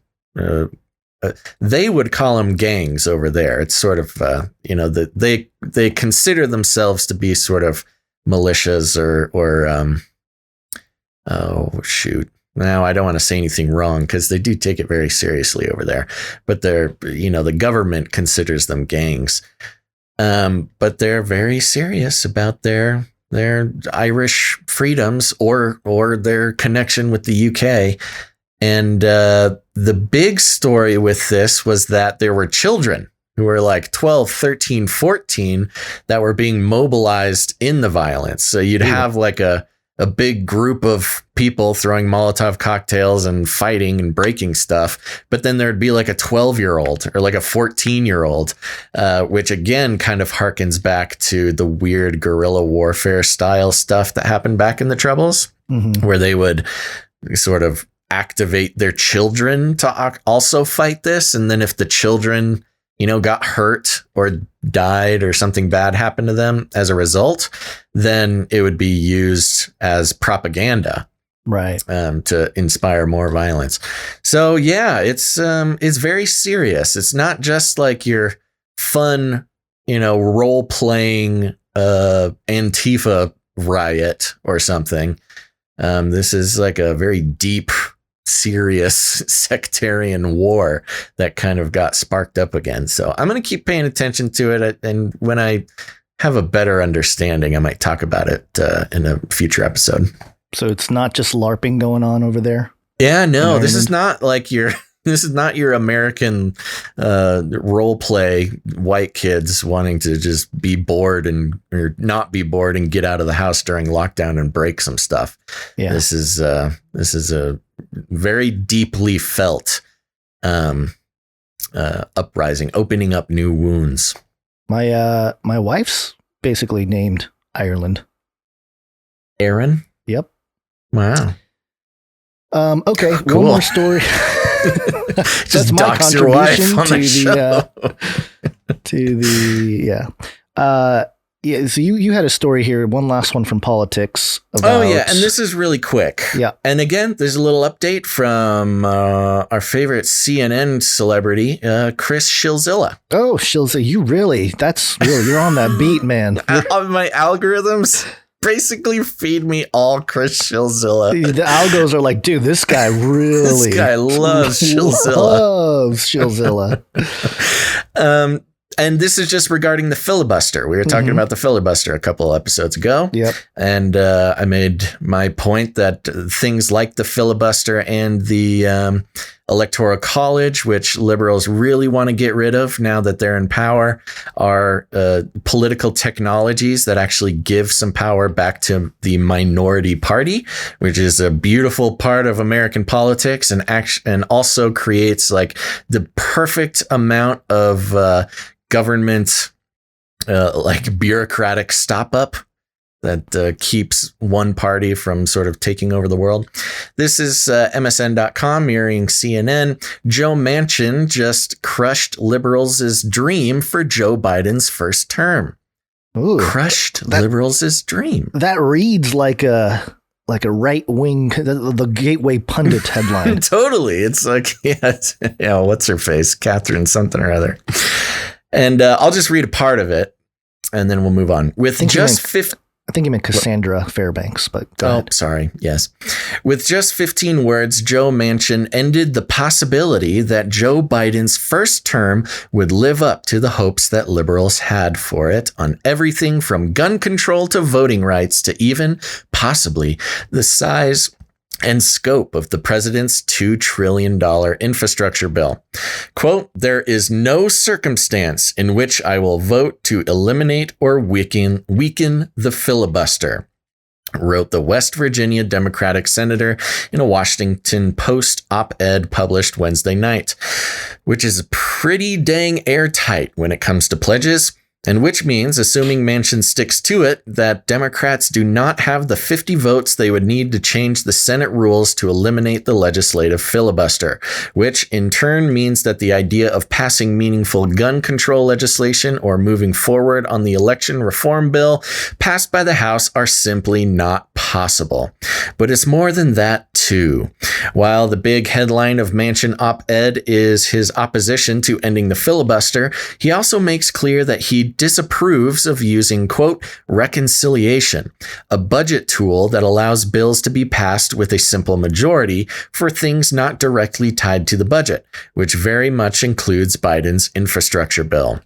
Quote, we should all be alarmed at how the budget reconciliation process is being used by both parties to stifle debate around the major issues facing our country today, wrote Manchin, adding, quote, I simply do not believe budget reconciliation should replace regular order in the Senate. How is that good for the future of this nation? Senate Democrats must avoid the temptation to abandon our Republican colleagues on important national issues. Republicans, however, have a responsibility to stop saying no and participate in finding real compromise with Democrats, which is a very big deal, especially when you consider that Senate Republicans, led by Mitch McConnell, have offered very little reason to believe they will come to the negotiating table with Biden. And it goes on and on, gets into some other stuff. But this Joe Manchin guy is a Democrat and has basically refused to go along with the Democrat Party line of getting rid of the filibuster, which preserves, like I said, a beautiful inefficiency of the U.S. government. So all that filibuster talk is so far down the drain. I would say, being a conspiracy analyst, I would steer clear of small aircraft and hot tubs. If I was Joe Manchin, but he's kind of closed the gap on this idea that Biden's just going to be able to get through whatever he wants, including printing $2 trillion to build bridges and stuff. It wasn't. So this infrastructure bill. Is that a different one from the? We already passed the 1.9. He was talking about a $3 trillion. So that was a COVID. The 1.9 was the COVID. Mm-hmm. But I thought infrastructure. I thought he was talking about a $3 trillion thing. Maybe that's the infrastructure one was brought down to 2, just to make it more plausible. I don't know. I only really recall a 2 trillion infrastructure. Maybe he said 3 trillion at some point. Let me just. But yeah, this was basically Biden trying to be like the rebuilder of America. We're going to make really cool trains and redo all the roads and everything and the green energy and all that kind of stuff. Yeah, it must have gotten reduced because I have an article here from CNBC back in March 22nd, 322. White House considers splitting $3 trillion recovery plan into 2 bills. So interesting. 1.5 or ish million or $1 trillion bills. Yeah. Anyway. Okay. Yeah. Yeah. So, but this infrastructure bill was kind of his big Build Back Better thing. Oh, that's right. Yeah. He's gonna call Joe, and Joe's gonna call Joe, and he's gonna say he's gonna be upset. Keep yapping, man. Keep yapping, man. Yeah, so there you go. So that whole thing is stalled thanks to this Joe Manchin guy. Biden doesn't seem like he's just going to get his, his red carpet as easy as he thought he would. Yeah. All right. Okay, let's take a second. You got some 666 updates. I do. And I think before that, yeah. Yes, let me do the 322. We'll kind of line up all this sort of numerology, occult nonsense all at once. So, for those who don't know, you're listening to episode 322 of Canary Cry News Talk, not because we're particularly fans of anything. It's just how numbers work. We got to 322 episodes. And for those who are wondering why we're making such a big deal about that, I'll just read through this little thing. Then we'll go on with the show. And I want to thank everybody who has come in to produce episode 322. It has been awesome. And, we're kind of trying to use 322, taking back the number, using their own numbers against them. And so if you want to participate in that, you can head on over to canarycryradio.com/support.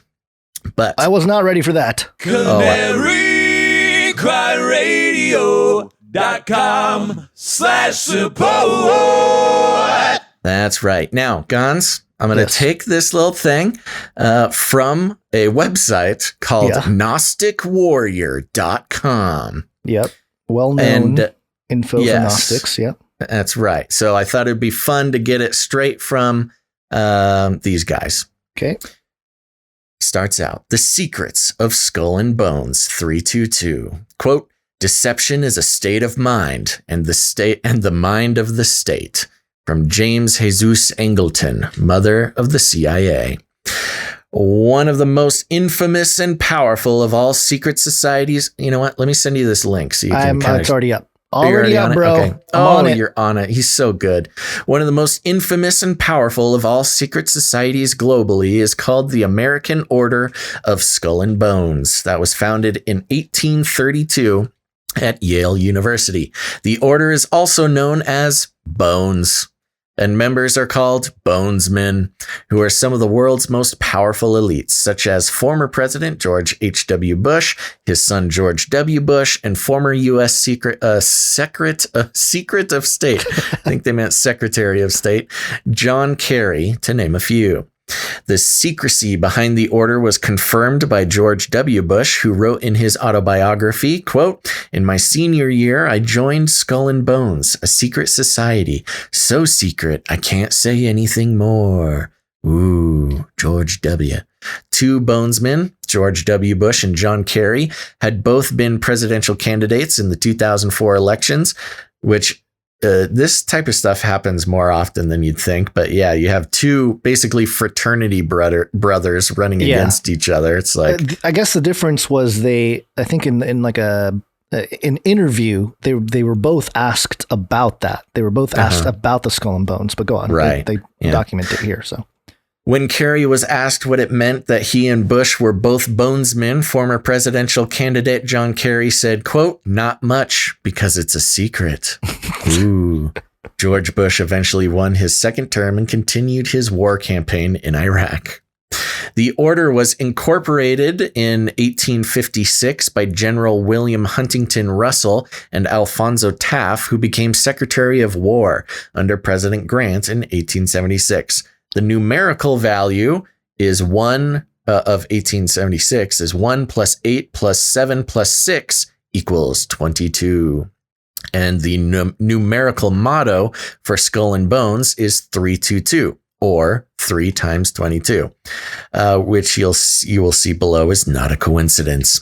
In numerology, the number 22 is often called the Master Builder. The Phoenician Hebrews possessed 22 books, and their alphabet is made up of 22 letters, which was created to compose the Word of God. The Kabbalah teaches us that the letters of the Hebrew alphabet are the building blocks of the universe. The underlying occult scientific significance of the number 22 in science would represent the bones of the skull, of which there are 22. 8 form the cranium or brain case, and 14 are associated with the face. Our brains are what we use to think, reason, and come to know the divine or God. The 22 letters of the Hebrew alphabet created to compose the Word of God are our 22 boned skulls. What am I saying? Yes, boned skulls, and the place where we receive the light to become illuminated or enlightened beings. Hence, to be like St. John and have our own revelation. This is why I believe Skull and Bones had chosen the number 22 as the master builders of a new world order. This fact would be validated by Bonesman, former CIA Director and President George H.W. Bush, who in the video below taken from national television makes no bones about their apocalyptic plans for a new world order. Please keep in mind that this speech of biblical proportions was done on 9/11/1991. Now, I would like to theorize about the number 66 and the connections to the Skull and Bones numerical motto of 322. And then it kind of goes into a bunch of 66 stuff. It's from the Gnostic Warrior, so you get the Gnostic version. Let's see here. Where do they combine? Oh gosh, I've lost my spot. Oh no. Oh, no. Actually, I'm going to go through this. Okay. In the Bible, All right. It's some people don't know this, guys. Okay. I get it. Some people need to get a refresher as well. Okay. All right. Now, keep in mind, we're reading this from Gnostic Warrior. In the Bible, the number 66 is the numerical value of the wheel from the Hebrew gagal, which is very similar to the word Google, meaning a wheel, whirl, whirlwind, or simply chaos. The meaning of gal, gull, or gull is to trick or to cheat. The word curse is used 66 times in the Old Testament. Quote, as for the wheels, it was cried unto them in my hearing, O wheel. That's Ezekiel 10:13. This chaos of tricks may indicate the CIA domestic counterterrorism plan founded under Skull and Bones member James Jesus Angleton, who was called the mother of the Central Intelligence Agency. Angleton was directly responsible for a domestic espionage project called Operation Chaos and had coined the phrase, quote, deception is a state of mind and the mind of the state. This role of the CIA as chaos creators and secret scroll makers may be indicative of the Skull and Bones numerical motto of 322, or 3 times 22 equals 66. That we may be able to witness in Isaiah 66:16, for with fire and with his sword the Lord will execute judgment on all people, and many will be those slain by the Lord. This judgment is given to the tribe of Judah, who holds the key, as revealed in Isaiah 22:22. In the key of the house of David will I lay upon his shoulder, so he shall open, and none shall shut, and he shall shut, and none shall open. And then it goes into some more stuff. But there you go. That's a little background on the Skull and Bones, why 322 is a thing. And we're not celebrating that on our 322, but it was notable and could not be ignored. Let me just mention a couple things from Wikipedia, because I mentioned something a little bit different, which I thought was interesting as well. Okay. From Wikipedia, it says the number 322 appears in Skull and Bones' insignia and is widely reported to be significant as the year of Greek orator Demosthenes' death. A letter between early society members and Yale archives suggests that 322 is a reference to the year 322 BCE, and that members measure dates from this year instead of from the Common Era. In 322 BC, the Lamian War ended with the death of Demosthenes, and Athenians were made to dissolve their government and establish a plutocratic system in its stead, whereby only those possessing 2,000 drachmas or more could remain citizens. Documents in the tomb have purportedly been found dated to Anno Demostheni. Members measure time of day according to a clock 5 minutes out of sync from normal life. The latter is called barbarian time. One legend is that the numbers in the society's emblem 322 represent, quote, founded in 32 second corps, referred to first corps in an unknown German university. So, okay. But yeah, it was just a little addition there about the year 322 and how time starts then, instead of because obviously, the calendar we're on is supposed to be from the time of Christ, BC and AD. So of course they would be against that. They're like, oh, what is this nonsense with Jesus Christ? We are the Christ. So anyway, yeah, it is a good little refresher, I guess, for people who are not familiar with it. And if you go watch Age of Deceit, Fallen Angels, and the New World Order, I documented an old, I think it was ABC. It might have been CBS, but I think it was ABC. A report that was done where somebody snuck into a Skull and Bones initiation ceremony, and you can hear an initiate getting like slapped by something, and the person initiating is saying, kiss the skull, kiss the skull. Right. So, yeah, it's not a good organization to be a part of, I would imagine.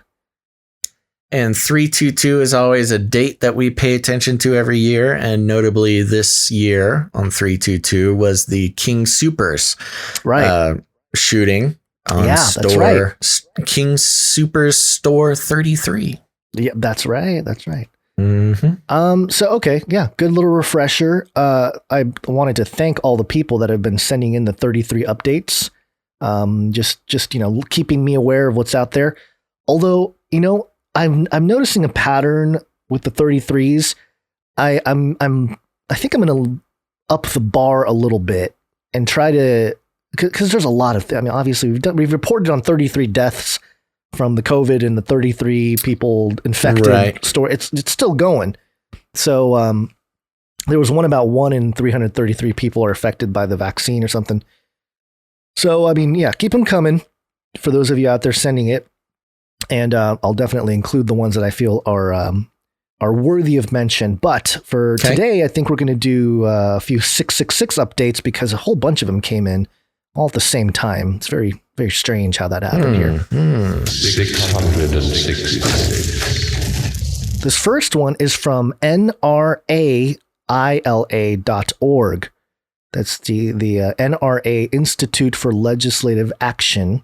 Oh, the headline is Maine, multiple hunting measures to be worked on in committee. And I won't read through the whole thing here, but there's a legislative document 666 allows a person who holds a junior hunting license, has completed a relevant hunter safety course, and is at least 14 years of age to hunt without being accompanied by a junior hunter advisor. Considering the number of hunters in the U.S. is on the decline and has significantly declined in the past couple of decades, we must do everything we possibly can to reverse this trend. There's legislative document. More hunters. Let the hunt begin. Yeah, young hunters. Legislative document 666. I don't know. If I was the NRA, I'd just skip that number, Yeah, interesting, huh? Yeah, it's just weird to keep that included in the I guess the sequence. It is a number. Right. Next up, this is from GameSpace.com. Refi Cole 666 PC review. When darkness obscures the fun. Are you going to play Refi Cool or I've Reficool? never even heard of it. Not a very good article here, but I'll read a couple lines from it. I made a terrible mistake. I'll admit it, though. I'm a coward. Horror games were never really my jam, but I thought I'd branch out a bit and try something new and different. Enter Refi Cool or Reficool 666, a new indie horror game that follows some dude that wakes up in the midst of a darkened apocalyptic nightmare. Refi Cool 666 appears to be a non-VR port of a VR game with a similar name. And there's something interesting about this. There's a screenshot from the game, and you're kind of like going through like dark places or whatever. And there's like there's just a screenshot from the game where you're in this room, and on the bottom right, you see a Holy Bible being held. So I'm wondering if spooky. Yeah, I'm wondering if a Bible is like a weapon in the game or something. Like casting prayers upon the demons that appear. So yeah, just thought I'd let you know, Basil. I know you're into the game thing. There's some creepy I'm not demons in the game and stuff. into the game thing. Not into horror games, man. I couldn't even play Death Stranding. Yeah, and It's then too another screenshot here where it's first person. He's walking into like a tunnel staircase, and in his left hand is a Holy Bible, and his right hand is a gun. Hey, there we go. There you go. See, that's what I'm I saying. don't know. Maybe I'll have to check it out. Yeah. So just thought I'd bring that up. And one more 666 update, and this one's from culture.com without an E, spelled CULTR because so hip. Panteros 666 debuts on Confessions with double single EP. Have you heard of Panteros 666? Nope. Well, you're not as cool then, I guess. I guess not. Kicking off Confessions' new look and style, Victor Wattel, a.k.a. Panteros 666. Haven't we done a story with Panteros 666 before? Maybe, I don't know, but this is a new album. Okay. He drops in for his first appearance on the label via his Time to Come With Us EP. Uh-oh. Yeah. And let's see, what was the name? Oh, there's some tracks on here. let's see, Pantera 666's obsession with technologies and music comes together once again on this rave-inspired EP, ramping up thanks to tracks Time to Come With Us and Eugenics with an X at the end as a welcome addition to the Confession family. So there you go. You got a UFO in there. This guy's really, he's onto it, man. He knows what's going on. Sounds something. All right. Let's get into some beast system. Speaking of the beast system, beast system. Okie dokie, let's head over to brown.edu. The headline is Researchers Demonstrate First Human Use of High Bandwidth Wireless Brain-Computer Interface. Ooh. Dun, dun, dun. In an important step toward a fully implantable intracortical brain-computer interface system, BrainGate. Researchers demonstrated the first human use of a wireless transmitter capable of delivering high bandwidth neural signals. These research articles are a little hard to parse because there's so many like little. They use big words. Well, big wordlies. They put so much stuff before the actual article. All right. Brain-computer interfaces, BCIs, are an emerging assistive technology for now, enabling people with paralysis to type on computer screens or manipulate robotic prostheses just by thinking about moving their own bodies. For years, investigational BCIs used in clinical trials have required cables to connect to sensing array in the brain connect the sensing array in the brain to computers that decode the signals and use them to drive external devices. Now, for the first time, BrainGate clinical trial participants with tetraplegia have demonstrated use of an intracortical wireless BCI with an external wireless transmitter. The system is capable of transmitting brain signals at single neuron resolution and in full broadband fidelity without physically tethering the user to a decoding system. The traditional cables are replaced by a small transmitter about 2 inches in its largest dimension and weighing a little over 1.5 ounces. The unit sits on top of the user's head and connects to an electrode array within the brain's motor cortex using the same port used by wired systems. I don't think we need to go too deep into this, but it is a big step in the BCI industry that it's wireless now. You know, we've seen these BCIs be experimented with for quite a long time. This is not quite the same as Neuralink. It's more of I would say it's a little bit more robust than Neuralink, at least what was shown to us in Elon's. Oh, you haven't seen nothing yet. We got some breakthroughs from Elon today, right after this. We'll get there. I was just trying to give these guys a little credit before Elon came in and stomped on it. But you know, it's so funny because you think of the science fiction of the past, where, you know, the cyberpunk sort of era where you got cyborgism kind of becoming a reality and, and kind of, it's considered kind of cheesy to have a human, but like have an antenna sticking out of their head. But now it's for real. They really guessed what it would be. And that's exactly what it is. It's basically an antenna just sticking out of the top of someone's head. Yeah, I was, on Twitter, there was somebody, I'm totally forgetting his name. Let me just pull it up real quick so I don't or say the wrong name. Basically, he's a Christian apologist, pretty well known. Sean McDowell. Mm-hmm. His father was a pretty well known apologist as well. And he cited, it was a different article that mentioned basically the story. And he said, this is absolutely amazing. And, you know, I get it because it's helping people or whatever, but the bottom line is like such a caring individual. It's helping people or whatever.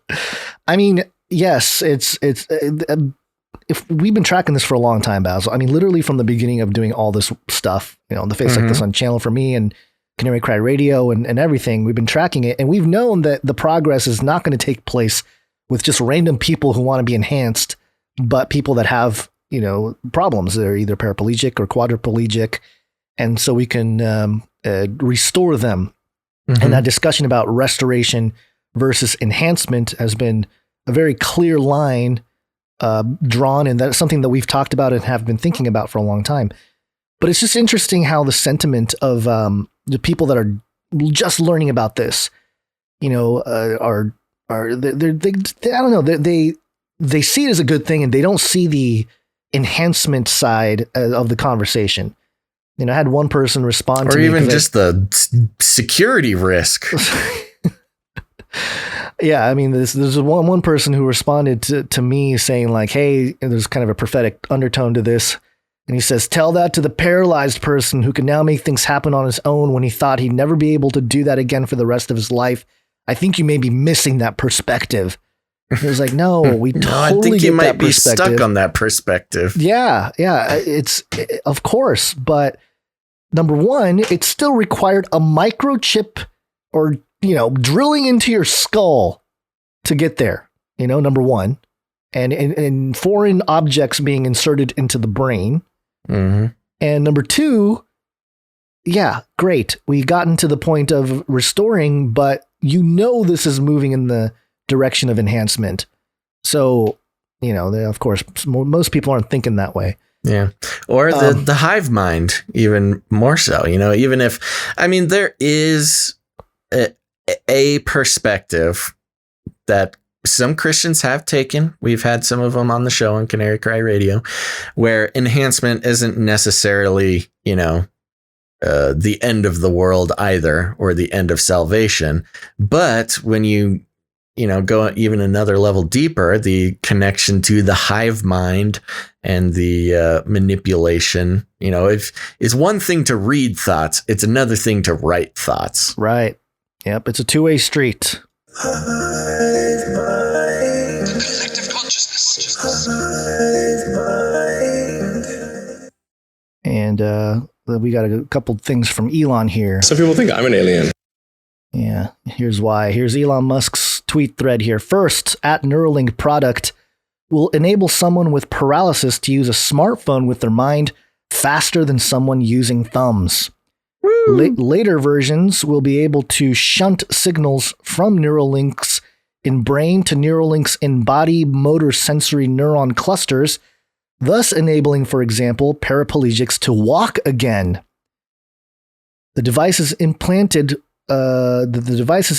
flush with skull and charges wirelessly, so you look and feel totally normal.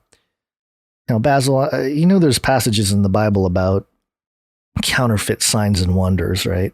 Mm-hmm. If you're getting a paraplegic to walk with some Neuralink stuff implanted in your brain, that's some that's interesting. Counterfeit signs and wonders, man. That's pretty worth intense. taking a look at. Yeah, I'm not saying that it is, but I'm saying it's pretty close to it is, Elon. But that wasn't all Elon stated. He also said in another tweet, soon our monkey will be on Twitch and Discord. Ha ha. End quote. And to that, I bring you the monkey. This is TechCrunch.com. Watch a monkey equipped with Elon Musk's Neuralink device play Pong with its brain. And let's check it out here. We got the Neuralink logo. This is Pager. He's a 9-year-old macaque who had a Neuralink placed in each side of his brain about 6 weeks ago. If you look carefully, you can see that the fur on his head hasn't quite fully grown back yet. He's learned to interact with a computer for a tasty banana smoothie delivered through a straw. We can interact with the Neuralinks simply by pairing them to an iPhone, just as you might pair your phone to a Bluetooth speaker. There's the monkey playing the Links thing. record from more than 2,000 electrodes implanted in the regions of Pager's motor cortex that coordinate hand and arm movements. The just for people listening, the monkey here, He's looking at a screen. He's got a straw in his mouth with his, what was it? Was it a banana juice or something? Banana smoothie, baby. Banana smoothie. And his right hand is controlling a mouse, like a joystick. Yeah, a joystick. Neurons in this region modulate their activity with intended hand movement. For example, some might become more active when he moves his hand up, and others when he moves it to the right. By recording from many neurons and feeding their activity into a decoder algorithm, we are able to predict Paige's intended hand movements in real time. First, we calibrate the decoder by recording neural activity as Pager uses the joystick to move a cursor to targets presented on the screen. As he's playing this game, we are wirelessly streaming, in real time, the firing rates from thousands of neurons to a computer. So there's the wireless already. So while the breakthrough we just talked about was in humans, they were already showing this in monkeys. Using these data, we calibrate the decoder by mathematically modeling the relationship between patterns of neural activity and the different joystick movements they produce. After only a few minutes of calibration, we can use the output from the decoder to move the cursor instead of the joystick. Pager still moves the joystick out of habit, but as you can see, it's unplugged. He's controlling the cursor entirely with decoded neural activity. Wow. Yep. Our goal is to enable a person with paralysis to use a computer or phone with their brain activity alone. Because they wouldn't be able to move a joystick, they would calibrate the decoder by imagining hand movements to targets. One of the things the Neuralinks allow Pager to do is to play his favorite video game, Pong. To control his paddle on the right side of the screen, Pager simply thinks about moving his hand up or down. We've removed the joystick altogether. Now that he's up to speed, let's increase the difficulty and see how well Pager can play with the Neuralink. It's pretty good. Holy moly.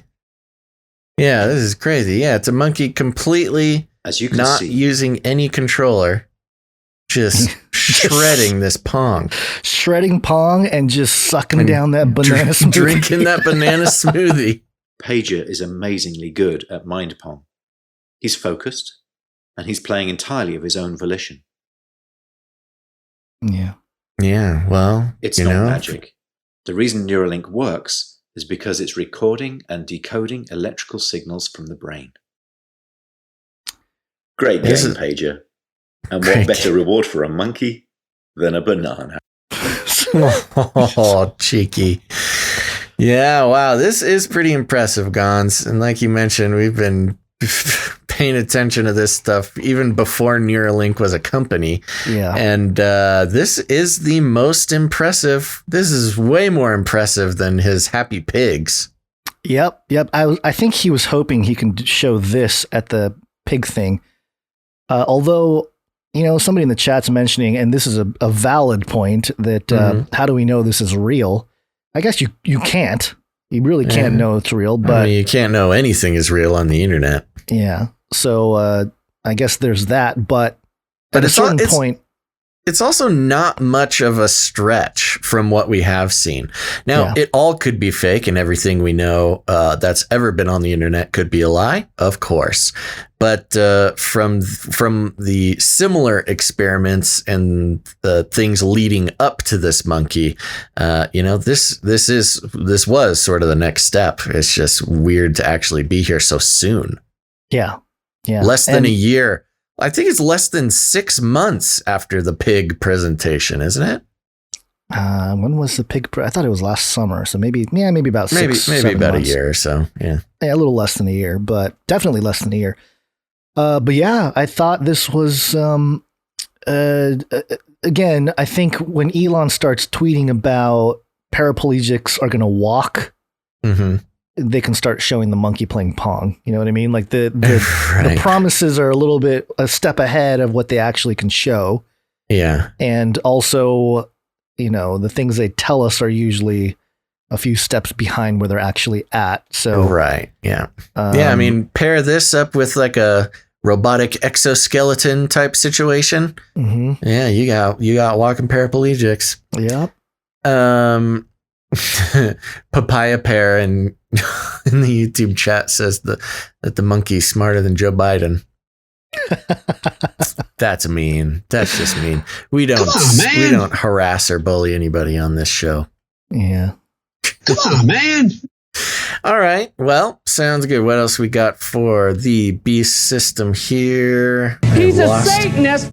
Oh, yes. Okay. This is crazy, Guns. And this goes along the lines of what you pointed out a couple episodes ago. They are just recycling stuff that we have covered like years ago. But this became a huge story recently. And, everybody's sharing this story and going crazy. And then, of course, I'm so proud. I see all of the Canary Cry listeners on social media. They're way ahead of it. It's fun. You get to shame people who have not been paying attention to stuff we've been following. All of the stuff that we're talking about here. Yeah. So this comes from Newsweek, so it's going to be good. The headline reads, "Can blood from young people slow aging? Silicon Valley has bet billions on it." No kidding. The Spanish firm Grifols helped set off a kerfuffle last year when it, along with other firms, offered nearly double the going price for blood donations for a COVID-19 treatment trial. Brigham Young University in Idaho had to threaten some enterprising students with suspension to keep them from intentionally trying to contract COVID-19. The trial failed, however, and now the Barcelona-based firm is hoping to extract something far more valuable from the plasma of young volunteers, a set of microscopic molecules that could reverse the process of aging itself. What an interesting way to start this article. This company who is trying to cure COVID-19 and got a bunch of blood donated, well, they didn't fix COVID, but what are they going to do with all this blood? Well, earlier this year, Grifols closed a $146 million deal to buy Alkahest, a company founded by Stanford University neuroscientist Tony Wise-Corey, who, along with Saul Villeda, revealed in scientific papers published in 2011 and 2014 that the blood from young mice had seemingly miraculous restorative effects on the brains of elderly mice. That's the story we covered, I think. Yeah, we covered the mice in way back. But last year we were covering that they were actually making it available to humans. The discovery adds to a hot area of inquiry called geroscience that, quote, seeks to understand molecular and cellular mechanisms that make aging a major risk factor and driver of common chronic conditions and diseases of older adulthood. According to the National Institutes of Health, in the last 6 years, Alkahest has identified more than 8,000 proteins in the blood that show potential promise as therapies. Its efforts and those of Grifols have resulted in at least 6 phase 2 trials completed or underway to treat a wide range of age-related diseases, including Alzheimer's and Parkinson's. I noted your hesitancy there when I mentioned that we had covered the human use of this. Remember, it was a Silicon Valley company that was charging $8,000 per transfusion. Yeah, no, I wasn't hesitant. Oh, okay. I thought you read me wrong. I did. Racist. I needed to connect our Neuralinks better. Alkahest and a growing number of other geroscience health startups signal a change in thinking about some of the most intractable diseases facing humankind. Again, it's about diseases and medical stuff, not just about, rich people wanting that sweet baby blood to stay young. And notice, again, they're making it all about medicine and diseases, but you scroll all the way to the top and the picture is of an old woman. Half of her face is old woman, and then she's holding up a younger version of herself on the right side. So it's obviously not just about diseases. It's about anti-aging. Rather than focusing solely on the etiology of individual diseases like heart disease, cancer, Alzheimer's, and arthritis, or for that matter, COVID-19, geroscientists are trying to understand how these diseases relate to the single largest risk factor of all, human aging. Their goal is to hack the process of aging itself, and in the process, delay or stave off the onset of many of the diseases most associated with growing old. The idea that aging and illness go hand in hand is, of course, nothing new. What's new is the newfound confidence of scientists that aging can be measured, reverse engineered, and controlled. Until recently, quote, people working on diseases did not think that aging was modifiable, says Felipe Sierra, who recently retired as director of the Division of Aging Biology at the National Institute on Aging, a part of the NIH. Oh, that's interesting. It's part of the NIH. Yeah. Huh. That's why Fauci's stoked. Yeah, Division of Aging Biology at the National Institute on Aging. Yeah, he's like, I'm not gonna die. I can be young again. I can be young again. Then the Gen Zs will really love me. I'll throw that baseball again. What if it's all about that? An entire revenge plan. He wants redemption. To beat aging, to be able to take back his pitch failure. His horrible pitch, yeah. Quote, that is actually what many medical books say. The main risk factor for cardiovascular disease is aging, but we cannot change aging. So let's talk about cholesterol and obesity. For Alzheimer's, aging is the main risk factor, but let's talk about the buildup in the brain of beta amyloid proteins. Now, that is beginning to change. The result is a flood of investment money. No kidding. An explosion of research into that. You know what? If I had a couple extra bucks laying around and somebody would let me invest in the blood money. I mean, talk about blood money. Holy moly. An explosion of research into what precisely goes wrong in our bodies as we get old and the promise of clinical results down the road. In the months before the pandemic, investors ponied up billions of dollars to fund biotechs aimed at commercializing the new science. Some biotech firms are developing drugs and infusions designed to clean up zombie-like cells and metabolic junk that accumulated with age. Others hope to infuse new vigor into flagging cellular components such as stem cells, or spur the body into beneficial actions by adding obscure hormones or proteins that decrease as we get older. The NIA, under its director, Richard Hades, recently announced plans to spend about $100 million over the next 5 years on basic research aimed at understanding cellular senescence. Senescence? Yeah, okay. Senescence, yeah. Quote, you have no idea how many people are interested in investing money in longevity. You have no idea. I think I do, Mr. Barzilai. Oh, this is Barzilai. I remember Barzilai. Yeah. We've talked about this dude. Yes, we have. The founding director wow. My brain just glitched super hard. The founding director of the Institute for Aging Research at Albert Einstein College of Medicine and Yeshiva University, and the founder of a company aimed at mitochondrial health. Quote, there are billions of dollars. No kidding. Billions of dollars. Billions. 1 billion. Although the vast majority of these efforts remain in preclinical development, several have recently entered FDA trials. So they're further along than the COVID vaccine and could potentially hit the market in a few years. That's disinfo. The FDA trials are ongoing with the COVID vaccine. Some are already...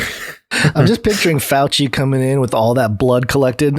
Stop the COVID. We got the vaccine. Stop the COVID. Give us the anti-aging stuff. You know, it'd be interesting. What if there's an emergency use authorization for these baby blood transfusions? Yeah. Some are already appearing on the gray market, raising concerns that hucksters are peddling anti-aging snake oil. Others, meanwhile, worry what might happen if these drugs actually do deliver on their promise. Will poor young people be coerced into selling their blood to elderly billionaires? Never. Will magical anti-aging pills become the province of the Park Avenue and Hollywood rich, like facelifts and hair plugs and Botox injections? Will the rest of us senile peasants be forced to watch them age backwards as we are left to wither and die? Oh, it's so nice they throw in all these rhetorical questions. QAnon verified. Newsweek verified. That's a headline that, people on the fringes can take. Newsweek confirms QAnon conspiracy. Seriously. I mean, that's the funny thing. Like, of course, QAnon, and not even just QAnon, but Pizzagate before QAnon, talked about adrenochrome. But that's crazy. The adrenochrome is crazy. But Silicon Valley bros pumping Hollywood actresses filled with baby blood being taken from poor young people. No, that's just business, baby. Let's see here. I just like this next sentence here under hacking old age. Getting old usually doesn't end well.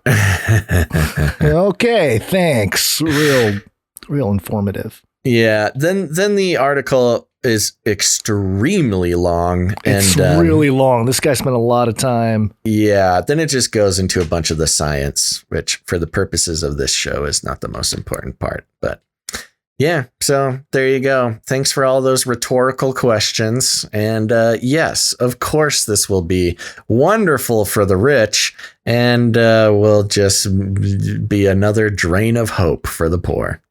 Literal drain. Yeah. But again, weird that these, as far as we read, and what we read before the show, I did not see them any mention of what the former company was that was doing this a year or two ago. Oh yeah. Yeah. It's interesting. Yeah. So I wonder, I just don't know. I mean, this was already happening. I think we talked about this before. I mean, I was in a different living situation when we reported on the company doing this. So it was at least a year and a half ago. Yeah. Well, I bring it up every time we have a story like this, but I'll mention Matthew 24:37, for as were the days of Noah, so will be the coming of the Son of Man. And of course, lifespan during the days of Noah is something to be noted. Noah lived for 950 years. Several of the early patriarchs before then, from Adam on, lived for close to over, they're definitely over 900 years for many of them. And then even after the flood, the patriarchs after Noah to Abraham, you have Shem, who lived 600, Shelah, who lived 433, and then it slowly declines to Abraham, who lived for 175. And by then, Noah was dead. But it's just something to consider. If we're talking about the days of Noah and Jesus mentioning it, what was going on in the days of Noah? People were living longer. Mm-hmm. So in general, that trend towards living longer seems to be a product or a feature of the end times, as Jesus highlighted in his Olivet Discourse. So yeah, something to note. So considering the time, Gons, I'm fine pushing this next story to next show.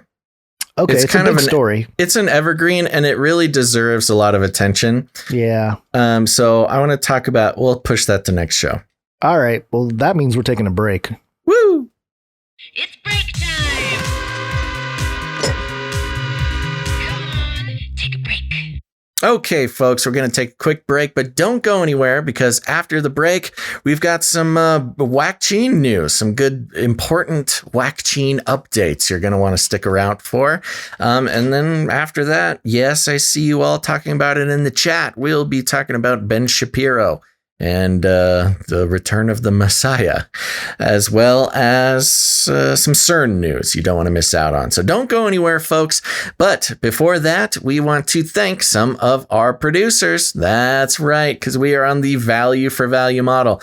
You might notice we have done no ad reads, no affiliate codes, and no trying to sell you supplements.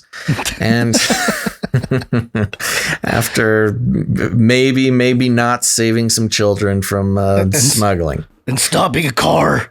And stopping a car with our bare hands and gorilla strength, thanks to our supplements. No, we're on the value for value model, folks, which means we do not bend a knee to the advertising industry. We do not believe in the mind control that was perfected in the mid 20th century, the godfather of which, Edward Bernays, was also the nephew of Sigmund Freud, who just pretty much flat out said the average man needs an elite man to craft his worldview, tell him what his needs are, and sell him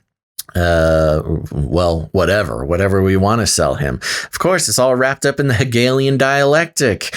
Any ad, and I'm saying that, and I know a lot of people we are friends with run ads, and that's okay. We still love you so much, but any ad is in the business of creating a problem and then selling you the solution to the problem. So we don't participate in that here. In fact, we take no corporate money because, as Adam Curry says, every corporate sponsorship is a form of censorship. No ads, no affiliate codes, no YouTube money, no super chats, no Twitch partnerships. The list goes on of the money that we don't get for doing this show. But that's okay, because we're on the value for value model, which means you, dear listener, if you get any value out of what we do here 3 times a week, you just have the responsibility, I would say. I usually say the opportunity, but it's also the responsibility, because this is a paradigm shift in how we are provided with and interact with the media we have today. And if you enjoy what we do, if it brings any value into your life, it's your turn to put some value back in. And that comes in many forms. It's not just money. We'll talk about that in a little bit. But for those who want to put a number on the value that is provided by the show, you can head on over to patreon.com/CCNT. That's patreon.com/CCNT. And I'll make it easy for everybody. There are no new producers over on Patreon. Not true. What? We have one. No, we don't. There's a returning. No, we don't. No, this is going to be, there's some confusion here. Oh, okay. So right. We're going to figure out what's going on there. All right. But don't worry about that, Patreon producers. That's why we have canarycryradio.com/support. Yes, that's what we have. canarycryradio.com/support. That's right. canarycryradio.com/support is a great way to show your support for the show and keep it going. Fact of the matter is, the show does not get produced if the producers stop producing. So we've got options over there, folks, all sorts of options. You can come in as a monthly recurring producer if you are just committed to keeping the show going. But if commitment is not your thing, you can go ahead and make a one-time producership in any amount. There's also cryptocurrency and all sorts of other fun things over on that page. So go check it out. Gons, who do we have coming in on the PayPal? PayPal. We actually have a great list of people. Thank you, everybody, for coming in. This before we start, this has really been a very encouraging show. So I would say all of these producers, we are so incredibly grateful for. It's an up and down game in the value for value business. But we are so thankful that the producers showed up so hard for show 322. Yes. And we want to start by thanking producer James H. Thank you very much. Producer James H. Been very consistent lately, coming in with a pocket full of 7s. Yep. Next up, we want to thank producer Frankie L. Thank you very much, producer Frankie L. Frankie L. And next, producer Jacob M. Thank you very much. Jacob M. came in with a note that said, thanks, guys. You're welcome, producer Jacob. You're welcome. Next up, Basil, I haven't decided whether to say the whole second half of this or not. That's why I have it in the little brackets there. Oh, because you can't tell if it's a thing or a name? A thing or a name. That is, I just do the whole thing. All right. Okay. We gotta thank producer Classy Badge. Yes. Thank you very much. And sorry if we doxed you. I think that's a thing. I think that's a code name. There was a link to a website, but the website didn't lead anywhere. I checked it. Oh. But so Classy Badge, if there's something that you wanted us to mention, let us know. Mm-hmm. But thank you for the producership. Thank you very much. Badge. Producer Classy. Producer Classy, yeah. Next up, producer Kara W. Yeah, thank you very much, Kara. And they have a note here. It says, "Don't worry, Gons, we've got your back. # Stop Asian Hate." I think we did. I think we did it. I think we stopped Asian hate. We solved it. At least hate towards one Asian. Next up, yeah. Real quick, just because this person has asked the question many times in the chat, can you leave a rating and a review on Apple Podcasts without owning an Apple product? I've looked around Google Play, other places on the internet, but haven't found something I can download. I don't know. Do you know? That's a good question. Do you know that answer? I don't. I'm guessing you have to have an Apple product. Yeah, but I don't know. I'm not sure. Use your friend's phone. Just log in with their info on their phone and leave a rating and review. In fact, everybody do that. Yeah. If you've already left a review, steal your mom's phone or your friend no or stealing, whatever. Borrow. No stealing here. And go on to Apple Podcasts, leave a rating and a review. Yeah. All right. Okay. Next up, the return of producer The Bush the Protector. Thank you very much, producer The Bush the Protector. And coming in with a very generous amount of $177.33. Ooh, yeah. Pretty big. Thank you. Yeah, although the Bush the Protector was outdone today a couple times. It's not a competition, Gons. It's a competition. We're making a competition. It's not a competition. Thank you very much for your generosity, producer The Bush the Protector. Yes, very much so. Next up, we have producer Stephen B. Thank you very much, producer Stephen B. or Stephen B. Yeah, I think it's Stephen, although I don't know. And he came in with 322.33. Wow. Yeah. That is a commitment to showing us some love on episode 322. Thank you very much, producer Stephen B. And a great note. As your Skull and Bones handler, I had to commemorate your 322 show. Keep up the awesome work. May Jesus continue to speak to you and through you. I enjoyed meeting everyone at the Dallas meetup. Hegelian malfeasance in the chat. That is so fun. I'm so stoked to hear, producer Steven, that you were at the Dallas meetup. And Hegelian malfeasance is maybe the best possible name to have on the internet. Steven! I believe you are the executive producer of this episode. So I you believe did it. So as well. You did Thank it. you very much, producer Steven. Next up, we have producer Arnold W. Woohoo! Thank you very much, producer Arnold W. Yeah, and he came in. The amount is very clever. We'll mention it because I think it has that number in there.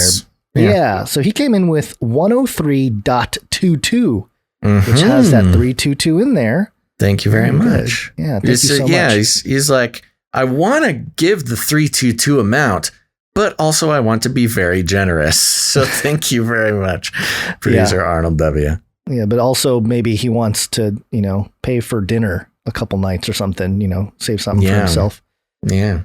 So thank you for that. Very generous. Thank you, Arnold W. Next up, we have our Russian KGB friend, Vladimir. Oh, Vladimir, KGB handler. Thank you very much for your producership of $12.26. And you send note. Note says the great collapse of evil empire. I don't know which evil empire we are speaking of. Did an evil empire collapse in 1226? Maybe. That's a good question. I have to do a quick search on that. But thank you, producer Vladimir. Yeah. Oh, no. 1226 Empire brings up an address in Memphis and other places. Maybe he's doxing himself. It's another KGB activation code. We've got our address. We've got our address for our Winter Soldier meetup activation. Yeah. Okay. All right. Thanks, Vladimir. Next up, we have producer Shield Labs. Thank you very much, producer Shield Labs. And he has a note. Prince Philip dies at age of 33 times 3. Mm-hmm. Called it. Yep. Very and true. Also, producer Shield Labs sent us an article we're going to mention later on in the show. Yep. And next up, producer Joshua E. Thank you very much, producer Joshua E. And Joshua E comes in with 322.00. Oh my gosh. Thank you very much, producer Joshua. We might actually be able to pay some bills this month, guys. I know. Yeah, it's nice. Appreciate that. And, I think usually we pick one executive producer, but I'm going to go ahead and add Joshua E. Put him on there, some co-executive producers. Yeah, because Steven got him by 33 cents. 33 cents, yeah. Edged him out. But I think we can name them both. I think that's okay. I think producer Steven is willing to share. All right. Next up, we have consistent, probably maybe one of our most consistent, Malik. Yes. Thank you very much, producer Malik. Producer Malik. You're the man. Glad to have you in the list here. Yep. And we had one just come in during the segment. Wow. And that is producer Ted P.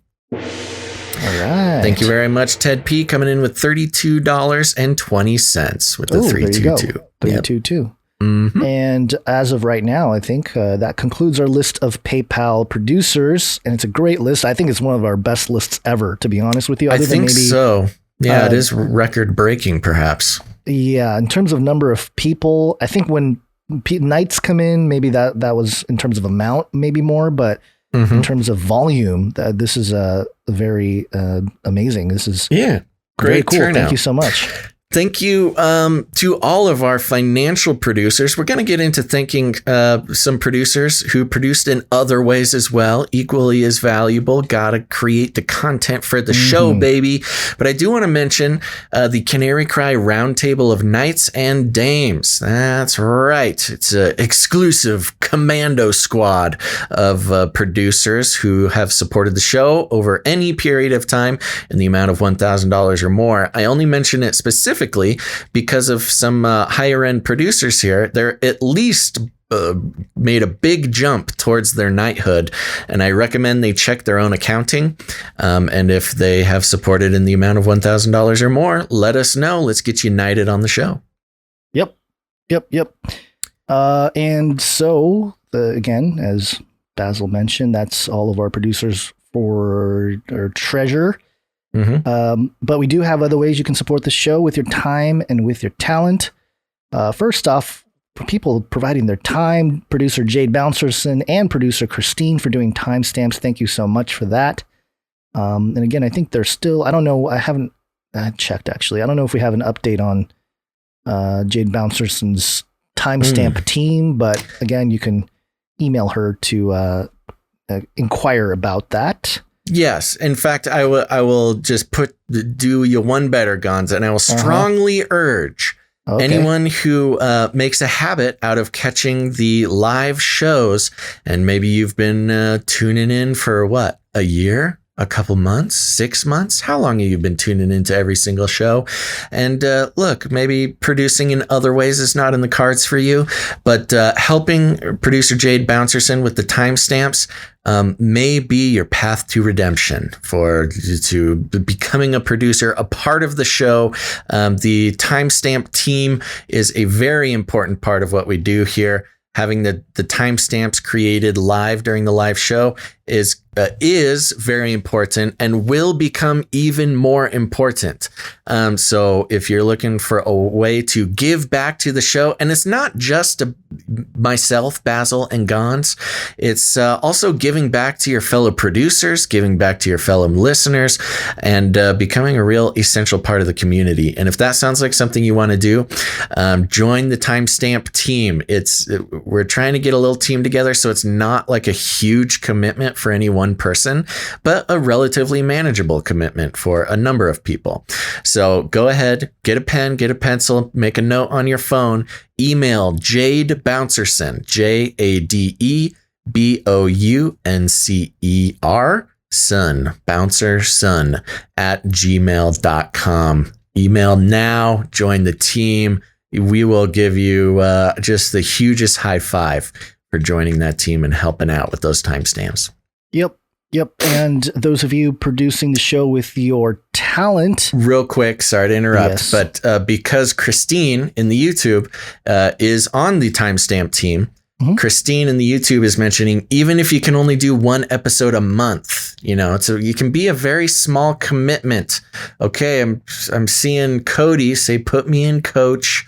Oh, wait, I don't know if he's saying for that, but well, now I just volunteered Cody to be on the timestamp team. But yes, Christine saying, even if you can only do one episode a month, in all caps. That's right. Just it's an easy thing and very important to the show. Sorry. Okay, let's keep going.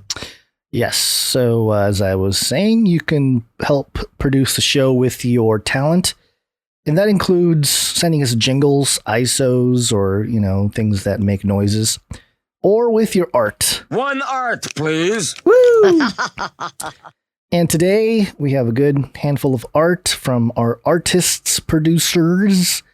And first up, we have producer Allie coming in. And I believe this is a portrait to commemorate the passing of Prince Philip. Yes. It's very well done, although...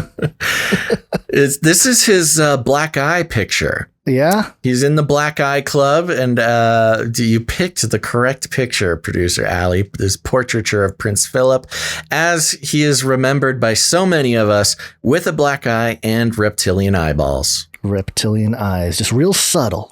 Subtle. People that wouldn't know, they wouldn't really recognize... Yeah, well, they don't what this represents. They don't even understand that they're trained to think that the reptilian eyes is what all rich people look like. Not rich, elite, royals. Yeah. Thank you, producer Allie. This is a great commemorative piece here for the passing of Prince Philip the Reptilian. Which 99. I mean, who knows? Maybe he'll come back. Maybe. I don't know what that means. Next up, we have producer Mike B. He sent us a little handful of pieces here. This first one, I think there's another Rebus word pictures. Which one are you showing? It's the third one in the series when you're looking at it in the dock there. I'm going backwards. Okay. Yeah, this one. Yes. Okay. So he has VAH, Va, and then it shows a loom, and then he has Ma, which is a Chinese character or something, and then NIS, Nis, but he puts the answer right there. Voluminous. This isn't a game. What is this? Yeah, he said in his note, or at least the subject line of his email when he sent it to us, he said, you guys never read my notes anyway. No, I was unaware he was sending notes. I maybe, I don't know. Has he been giving us the answers the whole time?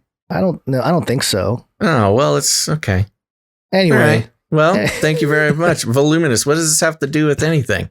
The next one. Is a little bit harder to decode. Do you want to give it a shot here? Okay. I spent about a minute on it, And okay, let's see here. So it's a man sort of holding his hand up to his brow, like you do if you're a pirate looking for something. Then there's a picture of the ocean with a circle and an X through it. Then there's Spot, the robot dog. And then there's, what is this? Scared people? Yeah, I'm a little lost on this one. Search no see. Search something see no see spot run. Something about see spot run. Not no see spot run. What? Search see. Search no see spot run. Search. I don't know. Yeah, I mean, I think you're there. I think conceptually we've made it. But I don't quite get the search no see spot run. See no see spot robot British people. See no see spot run bot run. Is this connected with voluminous? Like I'm still stuck on voluminous. Is this like, do we connect these things together? Or did he just choose the word voluminous? Mike B, I need your notes. I'm begging for your notes. Okay. All right. Well, we'll leave it there. He's got one more here. This one confused me just as much, which is always great. I think it's the Capitol insurrection. You got the Capitol building there. Oh yeah, this is beautiful. You got somebody wearing a Mandalorian mask running around. I think that's you. That's me. Okay. I think you're wearing the Mandalorian mask, and then there's a baby holding a picket sign with just scribbles on it, and babies everywhere. So I think we're making a statement about a bunch of babies. Is that you in the Iron Man mask? Is that me? I couldn't tell if it was me or just an Iron Man baby. But that baby looks like he's a little too old to be wearing diapers. The way he looks. That's true. It does look like a grown man wearing diapers. Mike B, what are you saying? Okay. Mike B, thank you for your contributions. Wait, is this a rebus or just a fun image? Am I supposed to decode? You can give it a try. I don't think it's a rebus. It could be just Gons. Baby. Maybe he's speaking to us saying we're a bunch of babies. That might be it. Maybe he's trying to insult us. Are we babies or are we the adults? I mean, I am wearing a diaper. I'm a grown man wearing a diaper, so I think we know where he stands on me with my Iron Man helmet. But you're also a white person in this, guys. So, you don't know that. I'm looking at those arms. Looking at those arms and those legs. Also, I think as a child, this is Mike B. You've really taken us on a journey today, and I thank you for it. Yeah, all the toys too, all the little kid baby toys. Yeah. All right. Well, thank you, producer Mike B. Continues with the mysterious art that that is keeps us on our toes, I guess. Keeps us guessing. Yeah. All right. Next up, we have Mr. Magoo coming in. The True Adventures of Basil and Gons, episode 3. Is there a doctor in the house? Hold on. Epony Blaze in the chat is saying, Gons, you put out a challenge on the baby/capital thing last show. Oh, okay. Did you put out challenges? And I did. Forget about them? I forgot about it. Yes, I remember mentioning something about that. That makes a lot more sense. Mike B, you're fine. Gons is the one who's in trouble for this. I'm the one. Although I do have to be honest, and we've been called out for it before, Gons. Yeah, we do so much material every week. It is very difficult to remember things that we said 2 days ago. Yeah, it is. It does get a little fuzzy. I can remember, the weird thing is, and I'm sure it annoys people, but, we're able to remember very specific news stories that we've covered. I mean, 2 years ago, but even 9 years ago at the beginning of Canary Cry Radio. But we can't remember what we said on Wednesday. Yeah, well, that doesn't make me feel better about myself at the moment, but it's a true statement. It's very true. Ask the wife; she'll tell you. Okay, all right. What did Mr. Magoo do for us today? Mr. Magoo, yes, he did the True Adventures of Basil and Gons episode 3. Is there a doctor in the house? And in Mr. Magoo fashion, you have you to the left, me with my I don't know. I always have a different body form. Very interesting. I'm always a stick figure, and you're always a more fleshed out individual, but sort of an amorphous blob. Yeah, you're saying Doc Foot. It's the Doc man. Fuch. Doc Fuch. I know, but it says Foot. You the man, and then I'm saying we're not worthy, and then there's a Dr. Future with a cape Future on a little soapbox there, and he's identified as Dr. Future. So yes, yeah. And those who don't know who Dr. Future is, Gons, he was a co-host or main host of Future Quake, a long-standing podcast, and he is the author of oh boy, he's gonna yell at me for not remembering the name. 2 Gospels, 2. I just finished reading it too. Future Quake ending. Yes, was one of the reasons why we started doing Canary Cry Radio. Yeah, Future Quake was on from, I believe it was like 2000, I want to say 6, maybe it was earlier than that. And they ended their run in 2012 at the beginning of the year. And that's when we picked up the baton and said, we shall continue with the shows that explore the different aspects and come from a biblical I don't know if we did it because of, but it was not because of, but it was another reason to do it. Yeah. Yes, 2 Masters, 2 Gospels is the name of his book that I think every Christian needs to read. All right, so thank you, Mr. Magoo.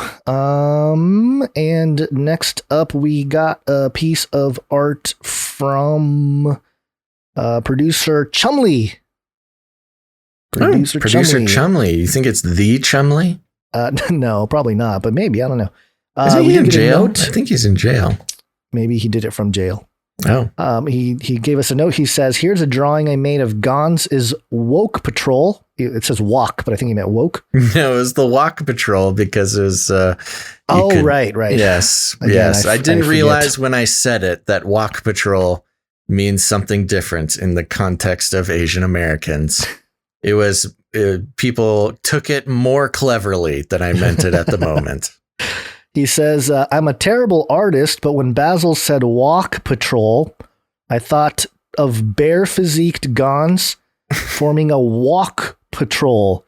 And then I thought of him defending us all from the Revelation 9:10 demonic forces. Yeah, the scorpions with vaccine tails. Yeah. The jab tails. Also included, he actually left in the email, he left a document. It was an interview, an article with former vice president of Pfizer. And the headline of the little article here is exclusive former Pfizer VP, quote, your government is lying to you in a way that could lead to your death. Subtitle, look out the window and think, why is my government lying to me about something so fundamental? Because I think the answer is they are going to kill you using this method.